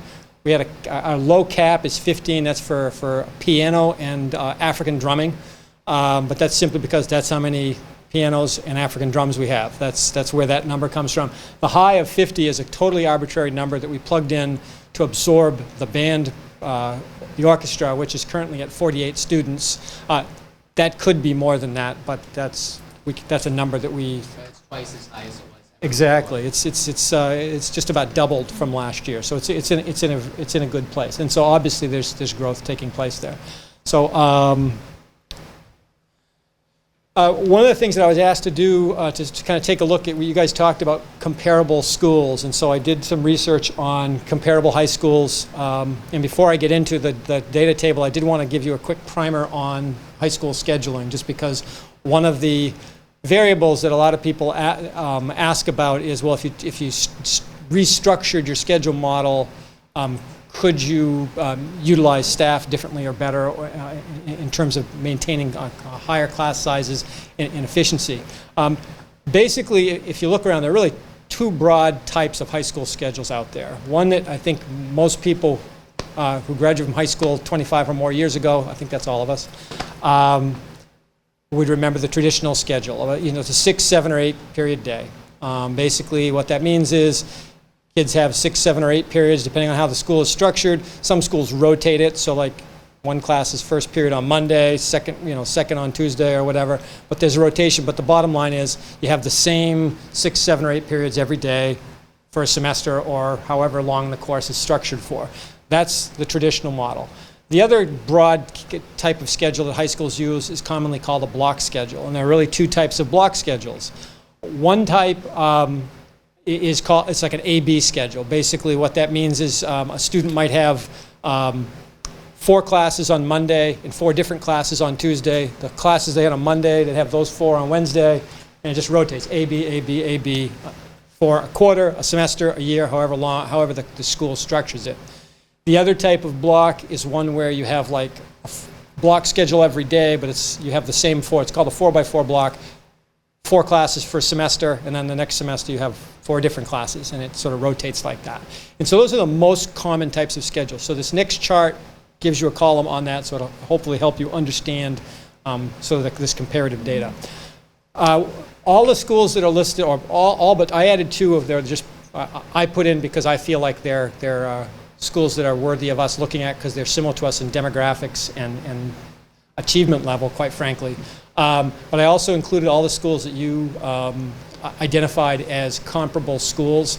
And obviously the first column tells you the name of the school, second column tells you their enrollment and graduation rate, third column gives you their staffing levels, fourth column tells you what the student-teacher ratio is for that school, the fifth column gives you the core departments, math, science, social studies, English, and world language, how many staff they have in those departments. And then the final column tells you the type of schedule they have. I think, if I were going to draw a conclusion about this, the conclusion I would draw is there is no correlation between the type of schedule model you use and class size. Really, that's more a function of how many students you have and how many teachers you have. So whether you structure it as a 7-period schedule or a block schedule or whatever it is, it still comes down to how many students you have and so forth. So if you look at the far right column, you'll see Oyster River. We have Oyster River is unique about lots of things, and we are also unique in our schedule. You'll notice we have a 7-period / hybrid block. What that means is we're mostly a traditional schedule, but every other week we run a block schedule for a couple of days so that classes that can benefit from an extended period of time have that opportunity, such as science classes, for example, to run labs. But again, if you look at the student-teacher ratio of our school compared to many of the others, we're not that significantly different. Certainly you will see Exeter on this list has the highest student-teacher ratio with a and they run a 4x4 block. But again, that's more a function of how many students they have and how many staff they have than necessarily the schedule. And then you'll also see the lower end is also a block schedule, which is Sauhegan, and they have a 9.6 to 1 student-teacher ratio, and they run an AB block type schedule. We're kind of, I guess you could say, in that middle of all that, where, and by the way, if you use the current enrollment, which Dr. Morse just talked about, our student-teacher ratio is now almost 12 right now because, like I said, we had a 5% increase in our student population, so you got a 5% increase in your student-teacher ratio because we really haven't expanded staff correspondingly to students. Okay, so I'll let you ask questions later. I just want to give acknowledgement to Dean Rubine, who did add the fact that if you have more students, your cost per student goes down, so does your student-teacher ratio go up. So thanks for that addition last time, Dean. Can I ask a question this time? Not yet. So, here we are. Cost per pupil's next, because it really is not just an exercise in how many students you have in a class, because obviously the fewer students you have in a class, the more staff you have, therefore your cost per student goes up. So I made this connection. I wanted you to know that when the Department of Education in New Hampshire does their cost per student, they do an operational cost. Operational cost is different than aggregate cost. Aggregate cost includes just taking our bottom line budget and dividing it by the number of kids. That's not how New Hampshire does it, nor is it how Maine does it. They take out variables. Variables across the state include transportation. Some districts outsource their transportation. Some districts have 12 buses. Some districts have 24 buses. Some districts have 50 buses. Manchester must be running a fleet of buses. Federal grants aren't included in the operational budget. That changes based on free and reduced lunch count. Some districts get multiple millions of dollars in federal grants. We don't. We get hundreds of thousands, but we don't even get to $1 million. Food service is not accounted in operational cost. Bonds and interest are not accounted for in operational cost. Out-of-district placements are not, nor voc schools costs. So if you take those costs out, it adds up to about $3 million, give or take, dollars that the department takes out across all school systems in the state. So when they're doing the per pupil cost, they're looking at operational costs. So where are we? So this is the comparables again. This is where you wanted to see where we were compared to these other school systems. And I gave you the elementary, the middle school, and high school. I also would point out this is based on the 2012-13 school year, because that's the last year that this state has published data. So as a resource, one of the things that I would always say to you is, I don't project anything. What's published is published by the department. That's what I use. I try very hard to give you the resource so anybody who wants to look it up sees the same stuff that I'm looking at. And I would like to commend Tom for making sure that he reminded me that this data was out there, and that's where this comes from.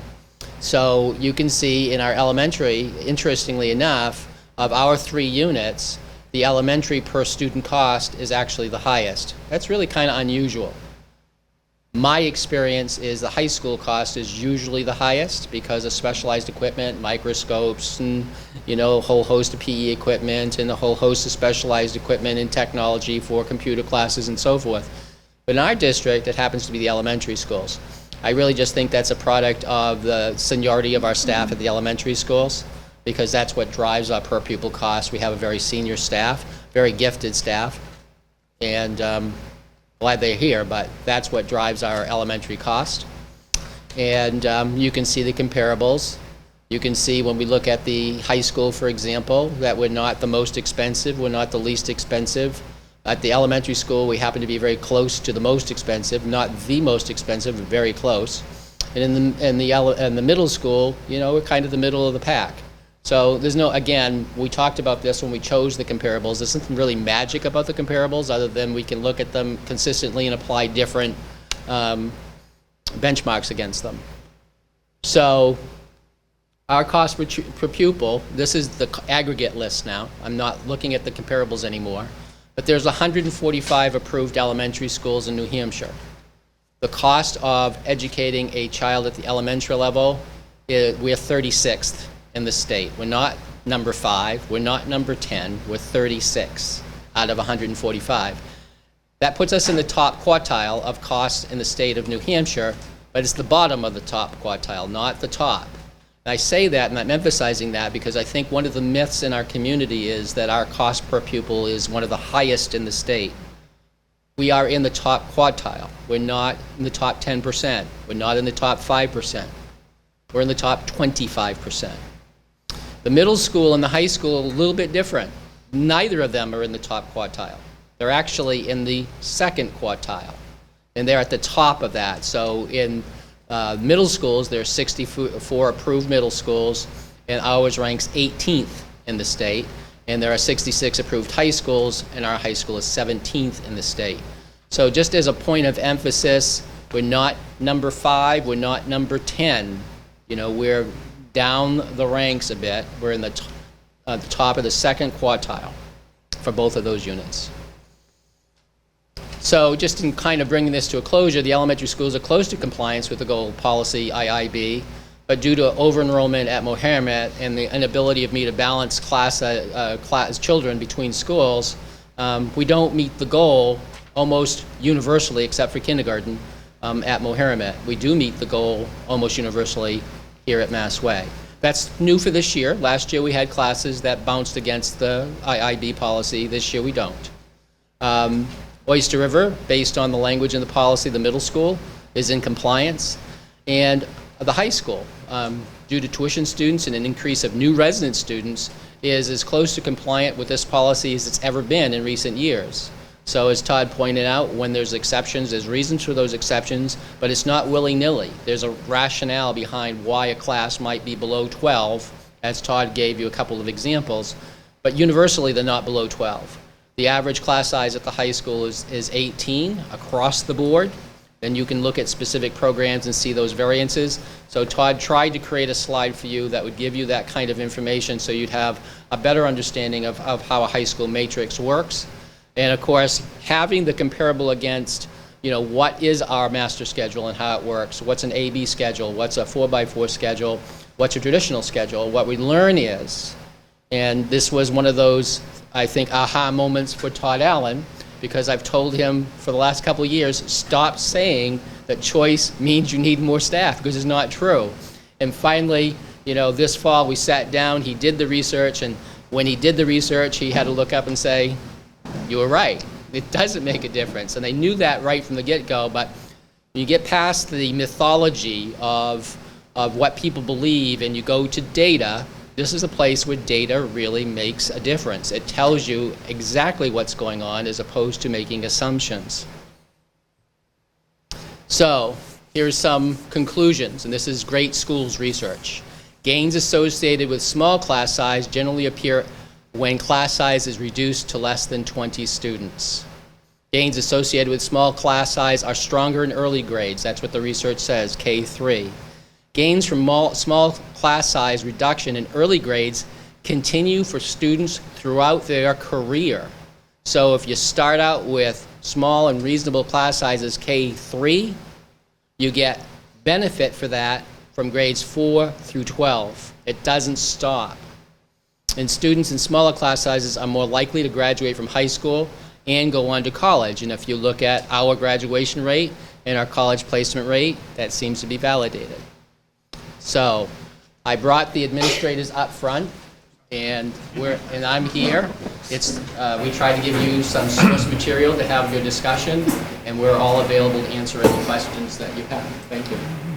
Before we get started, the function now is to give advice to the policy committee about whether we would want to see this policy changed.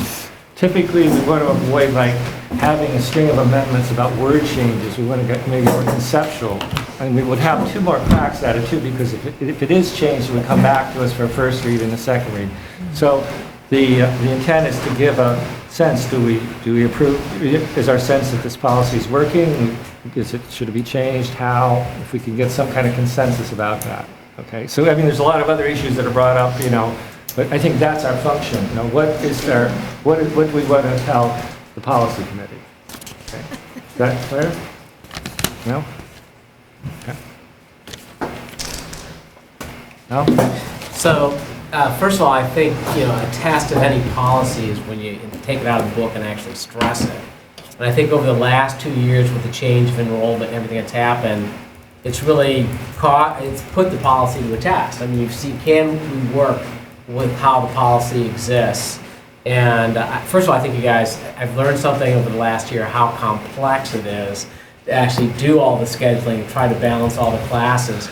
And to my mind, it's worked. It's done a really good job. I think for the most part, I mean, the only one is the elementary at Mohammed, where we came to a decision where we're going to slowly shift people over, that it's put the policy to stress. But overall, it's worked fairly well. And then the high school and the middle schools as well. So I think the policy, that's stressing, and has shown that you guys can adapt to it. And furthermore, I think what's also kind of helped, and I'm impressed with, is when Dr. Morris said that you guys are getting together and having to really kind of work through it. It's almost like the class size policy aligned with our budget goals kind of creates a positive, check and balance system, and that, by having these budget goals, it really forces you guys to examine the staffing, the classes. It allows the teachers, the administrators, the superintendent to all kind of really think through what's going on in the schools to kind of troubleshoot it. And so it appears to be working. So I think the policy is fine. Okay.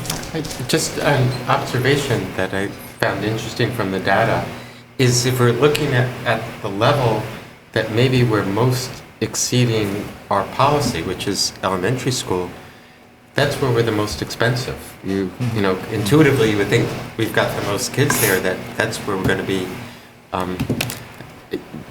better off, and from that financial standpoint. And I think it pointed out maybe the case could have been made that we would have, instead of having that half first grade teacher, to have gone to that full teacher, and we chose not to, but think of what that would have done to the cost of elementary, even if that had happened. So it's kind of counterintuitive that it came out that way, but it's interesting. Marie? I've decided that I must have been very, very bad in the former life, because this is my 14th year of policy committee membership. And, I go back and forth. This presentation fried my brain, so I'm not sure what I'm talking about.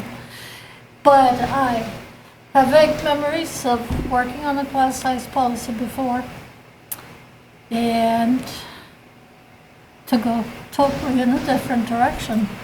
That school system chose to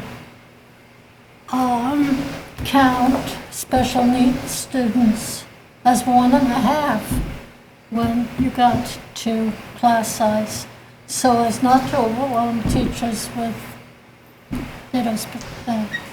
those problems. It also turned out to save some money in the support staff. So that's something I'm not going to think about, but maybe the administration should think about.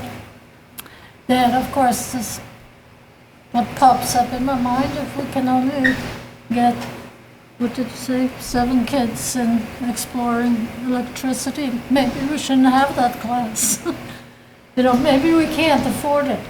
And especially for the narrative that we give to the community that sees what?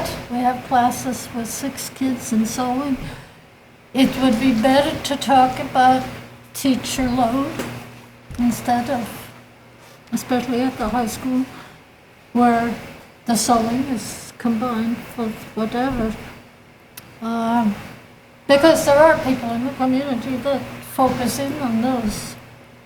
And if instead of saying we have a 6 kids class of sewing, we talk about the teacher has whatever. Many students, whatever they are doing during that time, that might be a better narrative. I don't know. As I say, I'm fried from this presentation. My concern with that is you have, some teachers would naturally have a smaller load because they would have smaller facilities, and then you'd have to have a really complex policy to, with all kinds of exceptions, and, Kathleen Young, because she does drama, digital production, she would have a different class load to build that into a policy. I mean, I think would make for a very complex policy. There are school districts that do, at the high school level, break their class size guideline policy down by broader subject areas, such as core subject areas, specialist unified arts, whatever you want to call them, and break it out a little more detailed.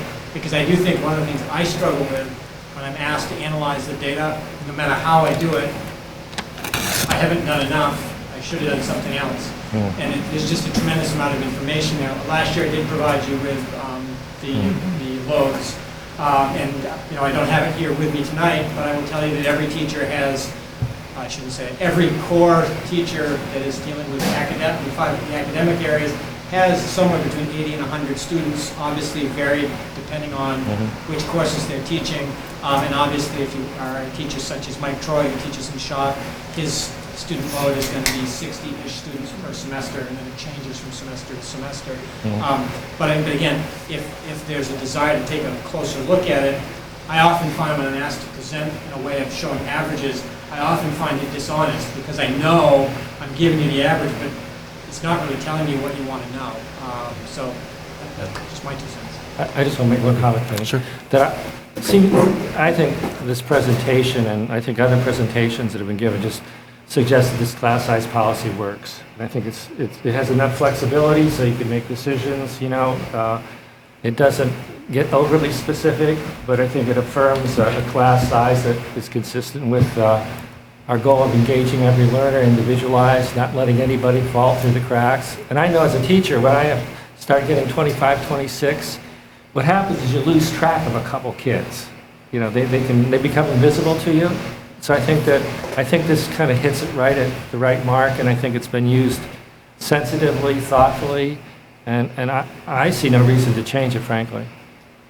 I just wanted to comment on teacher load, and I think you actually alluded to it earlier where you talked about an intensive writing class.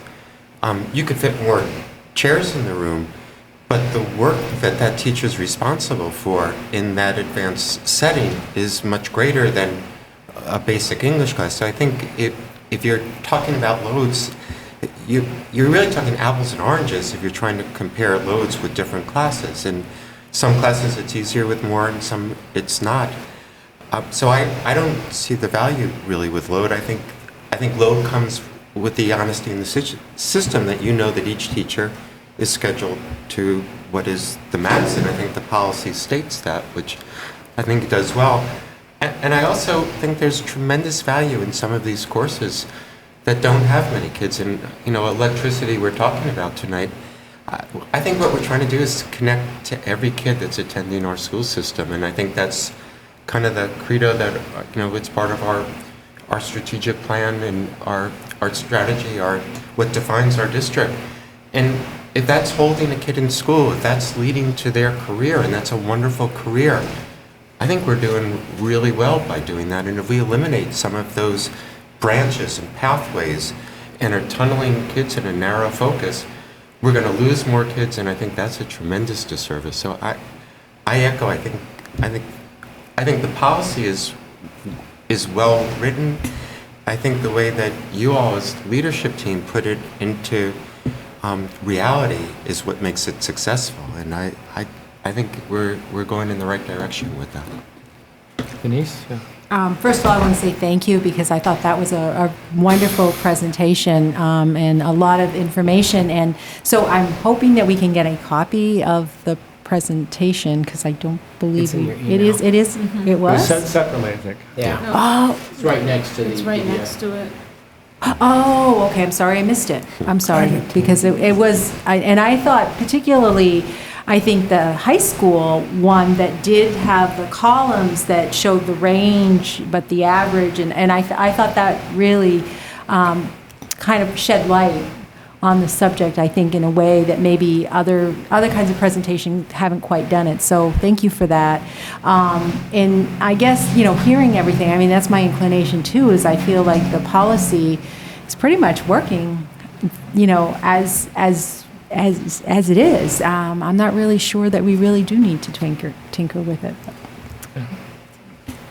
Yes, I just, a couple things Tom's that have struck me as well is that, one, it's really important that the policy you guys have, it's a guideline that it gives you some flexibility because, you just look at the Mohammed where it goes to 23 or something like that, you hit these tipping points that if you have an absolute number, it's going to force us to staff or force you guys to make decisions that might not be the best decisions. So it's really important that the policy has some flexibility, and you guys have really had to use it the last couple of years.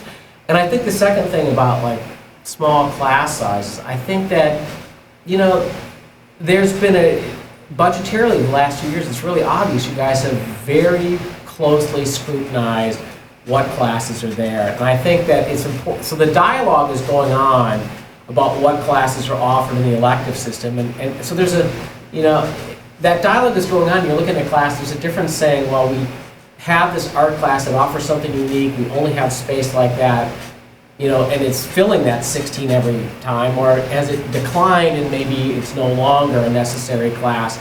But in the structure you guys currently have, that dialogue continues to go on, so you're examining the curriculum to see that everything is relevant. And the pile on what Kenny said, it's like, I think the most important thing is you guys have had 100% graduation rate for the last few years. I mean, that is really important where a school can say every kid has made it to the, from whether it's Mohammed or Mastway, made it all the way through the high school, really shows that I think our system is working very well.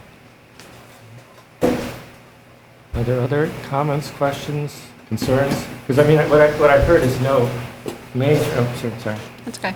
I like the policy as well. I think there's a lot. I have one question, Jay. It came up last year and you answered it for me last year. Yes. And I guess I'm wondering if it's coming again this year. Yeah. And if the policy gave you enough flexibility to handle it legitimately last year. So last year you had a huge, I believe it was an algebra class. Mm-hmm. And the way that it was I think it was, I forget what. It was close to 30 students. The parent told me it was 35, but we established it was not 35. And you said you handled it by, you put in a second certified teacher in that classroom so that the ratio was still lower. Are you having to address that again? Does the policy was the way you handled it legitimate in the eyes of the policy? Well, Dr. Morse was a great assistance with that. Thanks for bringing up algebra, because I meant to plug that earlier. I feel very fortunate with the amount of algebra students. When Miss Duty was in 7th grade, she used to have to take these assessments, and if she didn't pass the assessments, we closed the door of opportunity on her. With our new programming, we now offer a summer program where the kids can work on their math skills. We had close to 200 students actually this summer. The previous year we had about 25. But these kids are given the opportunity, if you work hard and work on your math over the summer, you can reassess and then be placed in that Algebra 1 course. So, for example, this past summer, we had 25 students in the program. They worked really hard over the summer, and out of those 25 students, 21 students tested in. So I find out about algebra students, they're supposed to let me know early August, but sometimes middle school kids don't follow through as planned on a certain deadline. And so I was testing kids on Monday. So we saw our numbers in algebra jump, but we're in an excellent place right now in terms of class sizes with algebra for this year, and that's our goal of Dr. Morse, myself, and Carolyn working together, making sure that trend continues. So our class sizes are like, 20, 21, 22, meeting those guidelines. But it was, it was a little difficult there for a couple of years because we were like at 30. And at that point, again, what do? Do you split those classes up into 15? And how do you do that? And what space do you use? And so do you feel that the policy as written gives you the flexibility to do what you did and needed to do and still be within the guidelines of that policy? It absolutely did. It gave us that flexibility for sure, Sarah. And of course, with the increased enrollment this year, we don't have over-enrolled algebra classes. We have many more algebra classes. So it's been it's been really a wonderful experience, but the policy definitely allowed that flexibility. Yep.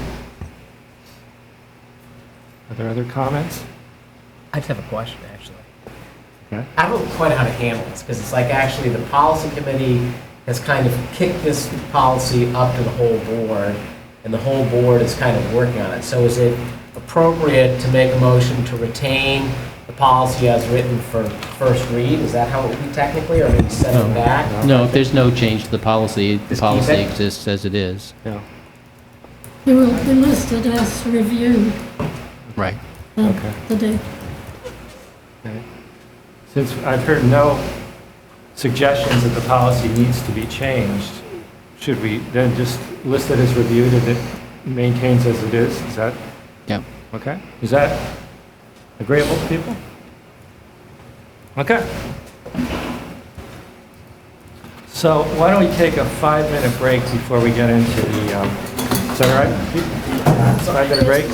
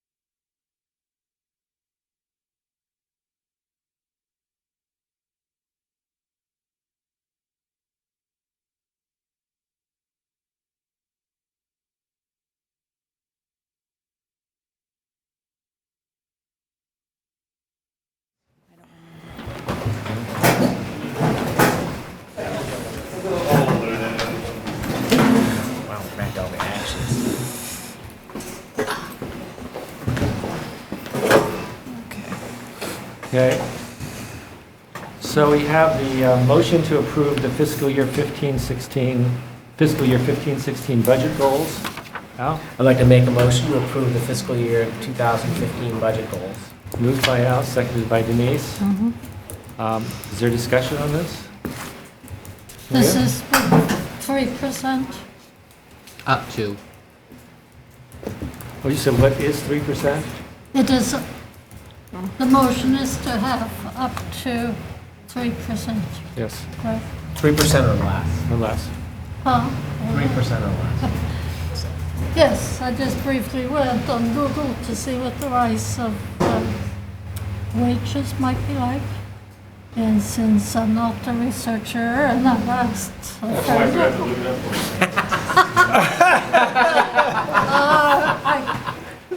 what I found was 0.4%. 0.4 for what? Rise in wages, but I'm not sure that that's this area, Yeah. but that still doesn't.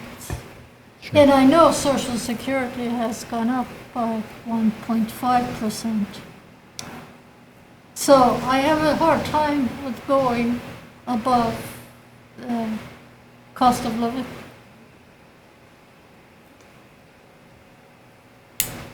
Jenny? If I am understanding or remembering correctly,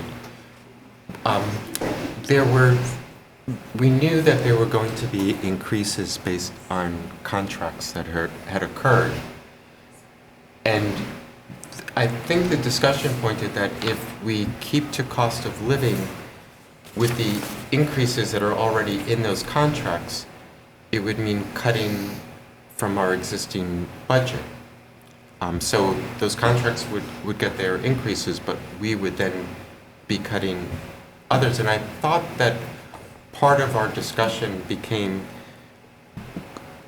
to exert those increases that we know are coming and try to keep that rest of the budget at cost of living. Right. Sure. Thanks, Kenny.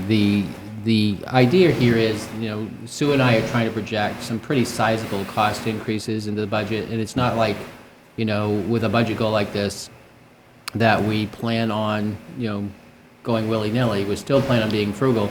The district has been, for the past 5 years, incredibly frugal. Well below the cost of living if you do the aggregate of those 5 years. There are just issues that ultimately we have to face, and one of the things that this board, since I've been here, has been committed to is bringing our capital improvement cost fund up to the place where it needs to be in order to maintain these facilities. And you're beginning to see the product of that work as each administrator tonight came up and they praised the facilities director and the maintenance staff. That's because this body, this board, has made a commitment to putting funds into the budget to help that happen. And it's really easy for school boards to cut maintenance. It's really easy for school boards to cut buses. It's really easy for school boards to cut technology. But eventually, all of those cuts come home to roost. And so, we're having discussions in the transportation department about accelerating our bus replacement practice by a combination of outright purchase and lease, which would be part of our budget presentation when we talk. We have capital needs that we need to address that include technology. The reason I'm bringing this up is often in these discussions in my career, it does focus in on negotiated contracts. I think in our district, the board has made a pretty overt commitment to capital investment. And really, we've been trying literally to increase this budget by, the capital budget by $200,000 a year, because we had a report 3 years ago that said we're $4 million behind in capital needs. We are attempting to hire wisely and frugally. We've done all kinds of facility upgrades and electricity to cut down our electricity use. But the reality is, you can artificially contain a budget, or eventually you have to accept the fact that there are things you need to do that exceed the cost of living. And this, in Sue and I's estimation, is one of those years where we have to face that particular dynamic. I absolutely understand what Maria's saying about the cost of living. Last year, we were well below the cost of living, and, you know, we worked very, very hard at that. But we do have to face the music periodically that there are things that we have to do. And, you know, the negotiating contracts are part of that, but there are other issues that we face in this upcoming school year that we have to address. And that's why we were uncomfortable with the current language. And we decided to try this language on as a fit, because in that goal, we're saying to the community what is driving our cost: capital needs, technology, bus fleets, negotiations that are with unknown costs. You know, 3 years ago, 2 years ago, the board was very, very interested in what the cost would be associated with our academic needs. And Carolyn and the principals have done a really great job of going through a review process. Well, now we have our staff reviewing our math resources at the elementary level. That's going to be a sizable cost for us. You know, when we create a rotation issue, it creates a cost. Now, we could ignore that too, but ultimately, again, what we're saying is that those resources that our teachers need, they can't have, and I don't think that's where we're at as a school system. So I tried to craft that first goal in such a way as to say to the world, this is what's driving us right now for this upcoming school year, and hopefully the voting public would understand that ultimately what I'm trying to achieve for the district is a budget that doesn't have spikes and valleys. Is once we get our bus rotation intact, once we have our capital investment made, once we've replaced our technology and have that on a cycle, then there's none of this, you know, all of a sudden we need $200,000. It doesn't work that way if you plan your cost in a 5-year projection. And quite literally, when I did the capital improvement plan in order to mitigate the $4 million down to $3 million, of this summer less than $3 million, it's going to take us 5 additional school years, 5 years, to bring our capital budget to the place where we will be current and proactive in our needs. Good news, latest good news, Sarah would be happy with this one, is that $200,000 investment that we thought we'd have to make into Lake Massway looks like it's going to come in substantially lower than that. So that's, you know, when we get that conversation going. I know I'm talking a lot, but what I'm trying to say is nobody at the administrative level is looking to spend money foolishly. We're still trying to be frugal, but we need to address these issues. Otherwise, they'll just keep on building and continue to haunt us. Long-winded answer, I'm sorry. That's good. Sometimes I get carried away. Sorry, thank you. Maria? Well, we discussed this before. A word that I really dislike came up, which is draconian, which means to inflict pain or punishment. And it's almost bullying. You don't want to be draconian, do you? And I don't. I like to look at things as a hardship, and you weigh the hardship of the 80% of the people on Social Security. I know last year I haven't seen it this year because I haven't read the minutes from the selectmen, but last year they were talking about the increase of tax liens in Lee. That tells me that there are people that have a hard time. So that's a hardship. We might face hardships. Maybe the state of New Hampshire should think about an income tax to help education rather than spread the hardship out over those that can least afford it. And I like to think of myself a liberal, cheap liberal. But liberals think about the people that do not have, and I think we do have people. We also have very wealthy people in this community. So a graduated income tax would help situations like this, but we've chosen not to do that situation. So that's where I'm at. Sarah? I have to say, I struggle the same way Maria does. I felt very comfortable with the idea of if we could keep things to a cost of living, and my conscience could rest easy with that, knowing that it would still be a hardship for some, but not for as many. And I think I see the 3% or less, and I realize that last year it came in under what the goal was, absolutely.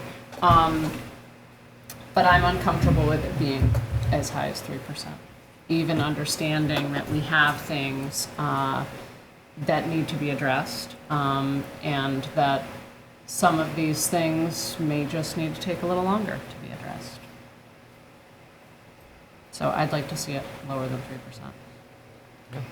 So it's interesting in your statement that over the last 5 years, we've been under the cost of living. So, I mean, even though it's a year-by-year process, really this is a long-term thing, and especially with your talking about the facility needs. So I'd be interested to see, if you look at cost of living over the last 5 years, maybe 3% still keeps us within cost of living for the last 5 years. Just because we've been so frugal over the last 5 years and have not replaced the air conditioning unit, now we have to, but that's still well within the long-term cost of living numbers that we are sort of trying to keep to.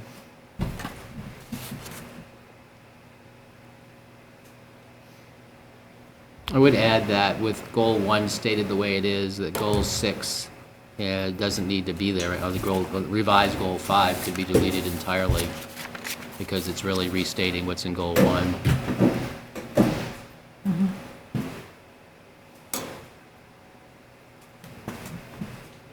I also would say that in relation to tuition funds, the Goal 3, currently we're using 100% of our tuition funds to offset what could be a local tax effort.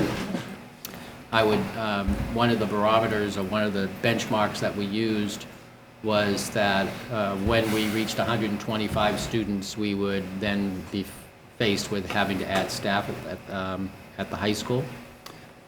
If you look at this year alone, we are at 114 students. So just plant the seed that it may not be 15, 16, but certainly by 16, 17, you'll have staffing needs that will need to be addressed at the high school based on the increased enrollment. And that will force you to go beyond a cost of living as well.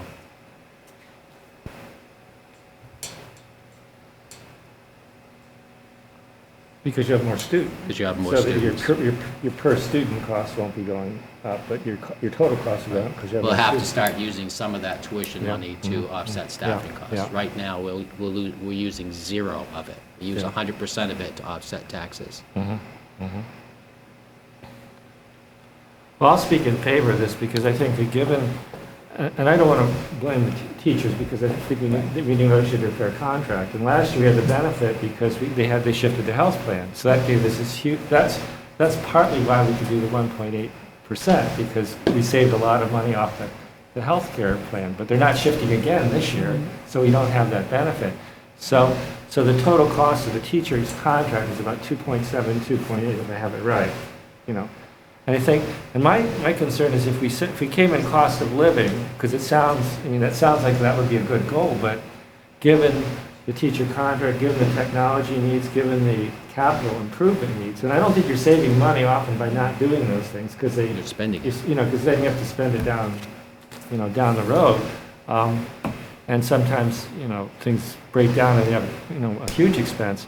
So it seemed to me that we're in better shape if we set a reasonable goal here than to set a goal that sounds good, but it's going to be so hard to make. And then we looked at the class size numbers, and there's not a whole lot of teachers you could eliminate and still stay within your class size. Right. So I I think if we said we want it to be 2% or whatever, then you're going to be put in a position, if that goes through, of having to, I think, cut positions. I wouldn't see how, Or not addressing the needs that have been addressed in a facility study 3 years ago. Yeah, I think it would just put us in a bind. But add to that, I think you've done a great job of incentivizing teachers to retire. So we have gained a lot of cost savings by reducing salaries for teachers. That's helped keep it even to 3% perhaps at this point. So I think that it isn't as if we're not recognized that the teacher salaries kind of are the main part of our budget, and that we're trying to keep that in line, in control as much as we have power to. Are there other comments on the budget goals? Are we ready to vote? Okay, all those in favor of the proposed goals for fiscal year 2015, please raise your hand. 5 in favor, all those opposed? 2 in favor, 2 opposed? Goals are endorsed.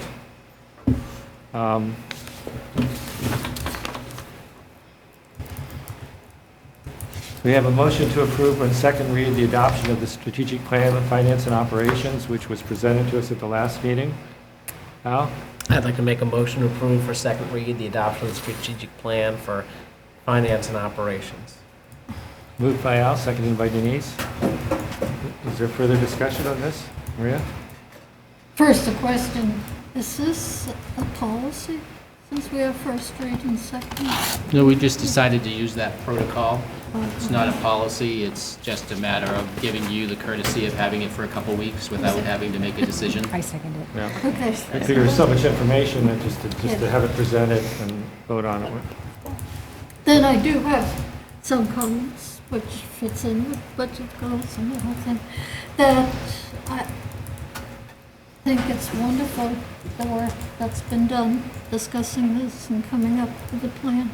But what I don't see is, and maybe it's there, was there, but didn't translate to paper, discussions on how to think outside the box about long-term. We always talk about budgets in 1 year. It would be nice to have a long-term. And just a couple of ideas that I think should be discussed, that maybe work with the guild to have, and I've seen this done, a 2-tiered step program that in the next contract, maybe new hires are on so-called cheaper step program than we have now, to kind of stabilize things. I had some other brilliant ideas earlier today that have gone out of my head. I think at some point, again, we need to take a close look at outsourcing. I don't think a lot of people like the idea, but if the money is right, I think we're one of the few districts that have our own transportation system. I don't know what the pros and cons are, but I would like to see that as part of the strategic plan, that kind of discussion as well. Read in the paper this morning, one of our neighboring districts have made it easier to pay for the pay-to-play. You can now do it online in that district. Do we think about it? I support sports, but I know Jim has been through it. I've been through it when the budget didn't pass. Those are the things that you look hard at. And I would like to see, as part of the strategic plan, those kind of discussions too, so that when and if it happens, we're not caught off guard at the last minute to do things we don't want to do, but to have the narrative so that people know what the options are. So I would suggest, Maria, that those aren't strategic plan ideas, but they're agenda ideas for board discussion, because... I don't want to discuss it. I want you to discuss it. Well, I can only discuss it at the direction of the board. So that's what I'm saying. It's really, it's an issue for the board to say, Jim, go out and investigate outsourcing. It's not a strategic plan issue. The strategic plan issue is to inform the public in terms of where we plan on going. They can see what our direction is, but that the issues you raise, one is negotiations, obviously. Another, outsourcing, really comes from the direction of this body. Pay to play is another, whole kettle of fish that really has to be directed by this body. It's not something that an operations strategic plan would have in it.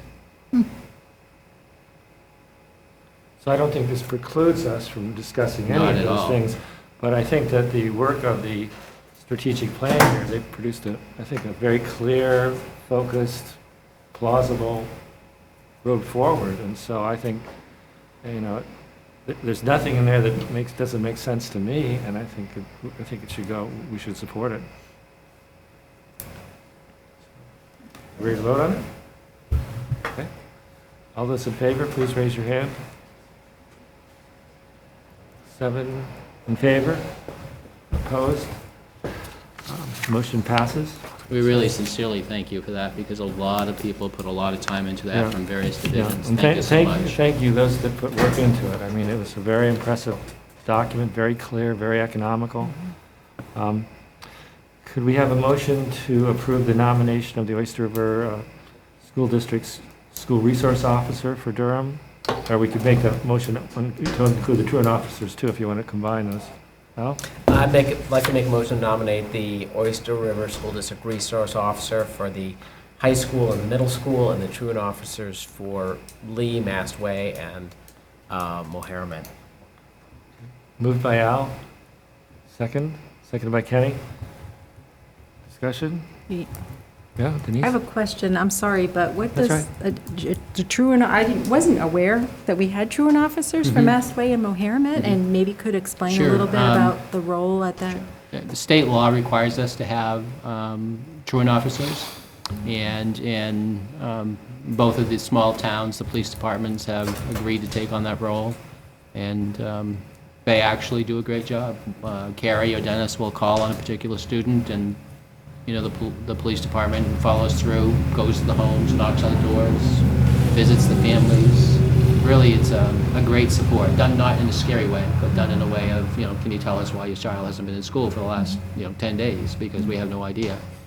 The relationship of our school system with all 3 police departments is truly phenomenal, and they're great to work with. Our principals have very comfortable working relationships with all 3 police departments, so it's really great that they're willing to do this kind of work for us.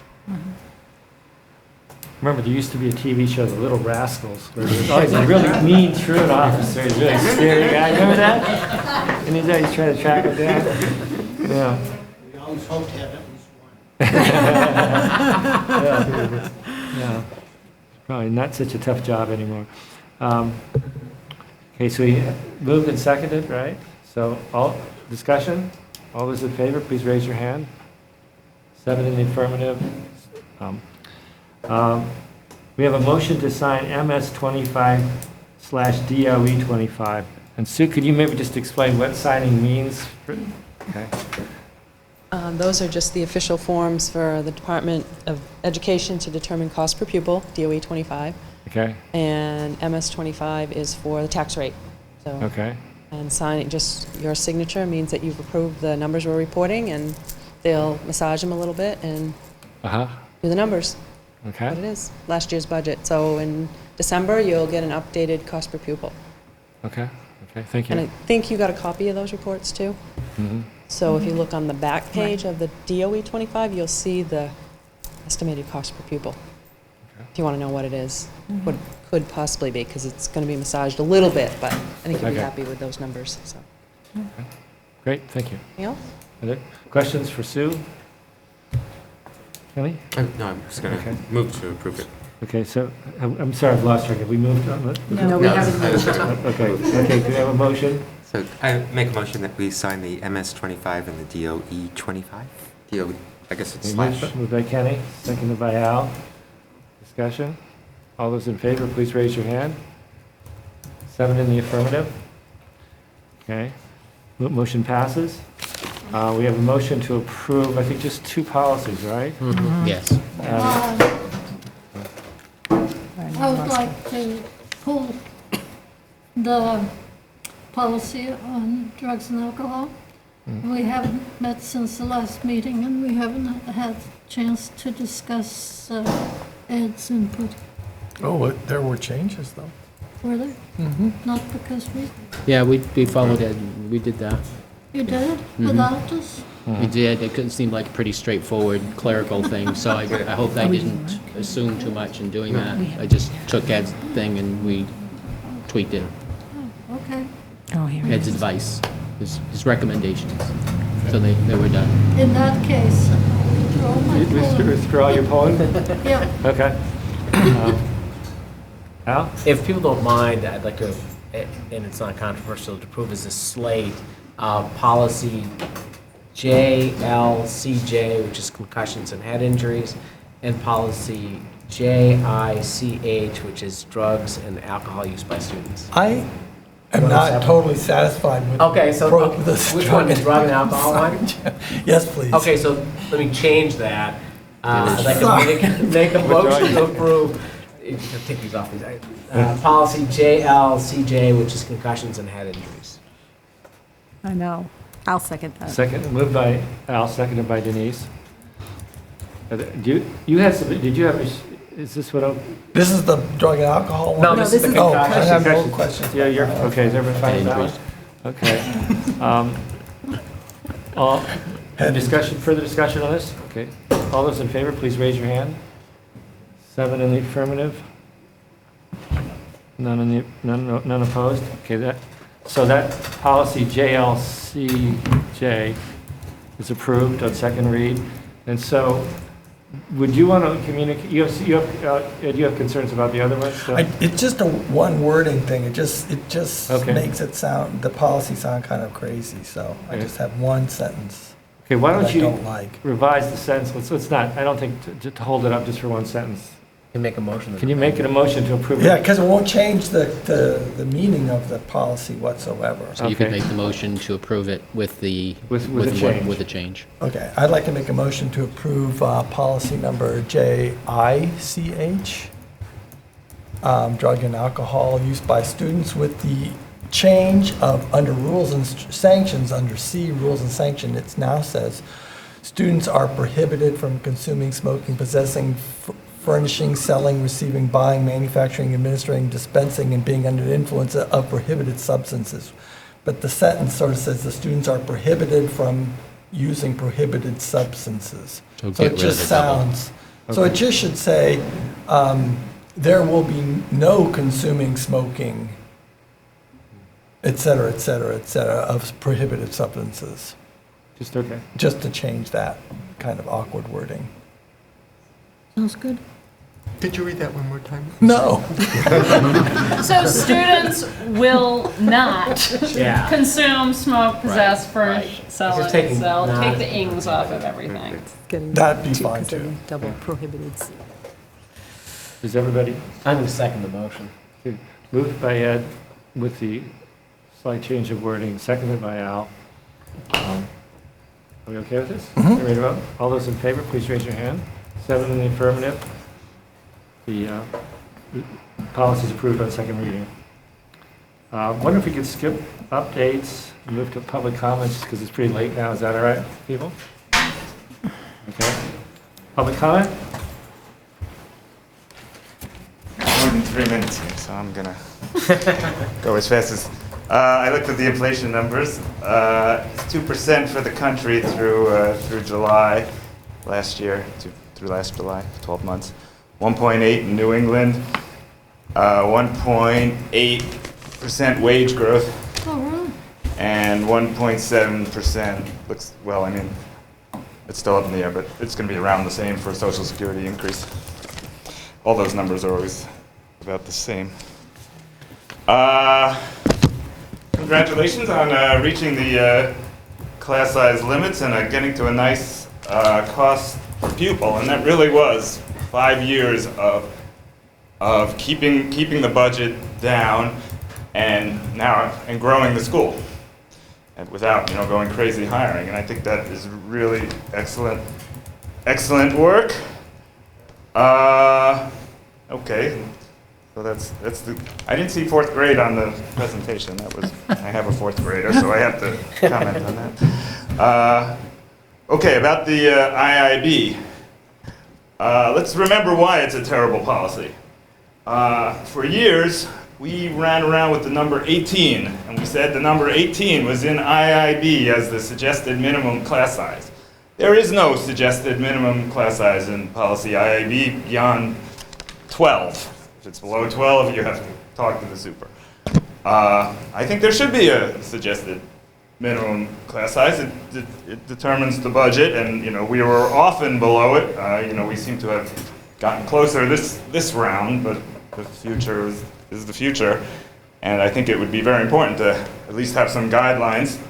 The guidelines that are there, 22, 22 and a half, whatever they are, those are suggested maximums. We might as well have a suggested minimum. The other thing the policy is very confusing on is this issue of general versus special education. For example, does Jay have a 4-person team or a 5-person team? It has 4 general educators and a special educator for, I guess, 90 students. What's the policy say? Is that good or bad? I don't know. And the other thing that's at least hard for me to get my head around is we have a student-to-teacher ratio of 12, and we have an average class size policy, average class size coming in 18-20. So that to me means that a good chunk of the time the teachers aren't with students, right? Because if every teacher, if there's one teacher divided, if every teacher had some group of students, then they would each be with 12 students. But they're not each with 12 students, they're each with 18 or 20. So I guess I want to know where that time goes. I mean, I'm sure it's all legitimate, but it's just a question. And the other thing about the money is, we really should hire at lower steps. We tend to hire the best people at the top steps, and we get people who are, older and more expensive. And maybe they're better, maybe they're not. But there's plenty of things to be said for young, enthusiastic teachers who are going to become the great teachers of the future. And I think we should definitely make an effort in that realm. And the other thing about these cost of living increases,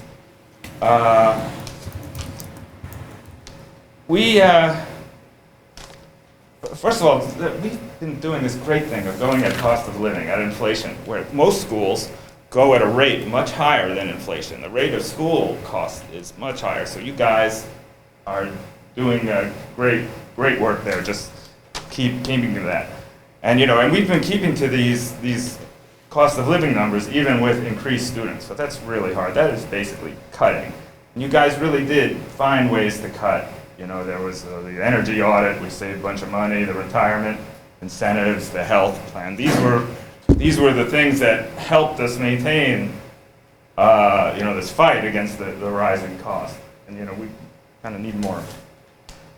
And I think, I got more, but I think I'm about out of time, so thank you everybody.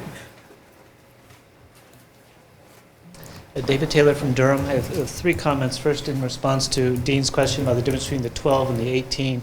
I believe that's because of non-classroom teaching staff, such as special education, things of that sort. They aren't factored into the classroom ratios. Secondly, in the discussion of the class size, there was a discussion about teacher resources as driving the problem with that. The intent for that policy, and I was on the board at the time we developed it, is to drive the budget discussions so that resources are properly allocated. So it's planning to find out how many teachers or how many classrooms or whatever you need to do. So that really shouldn't look at that as sort of the cart that pulls the horse.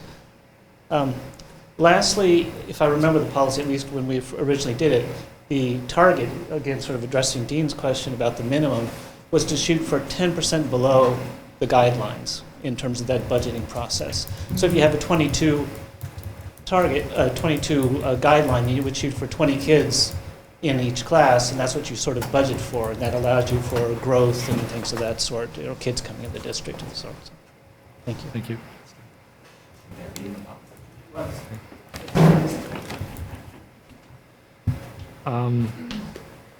Closing actions, and then we're going to have a non-public.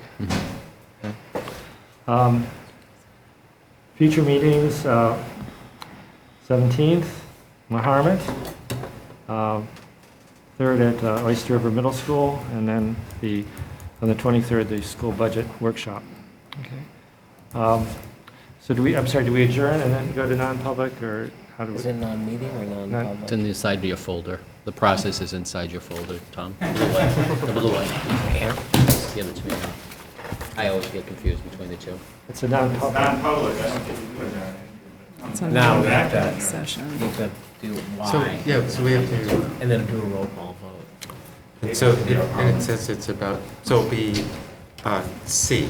C, yeah. So do you need a motion? Any motion to go into non-public? Yeah. I make a motion to go into non-public under New Hampshire State Law RSA 91-A:3, Roman numeral 2, and subheading C, talking about personnel.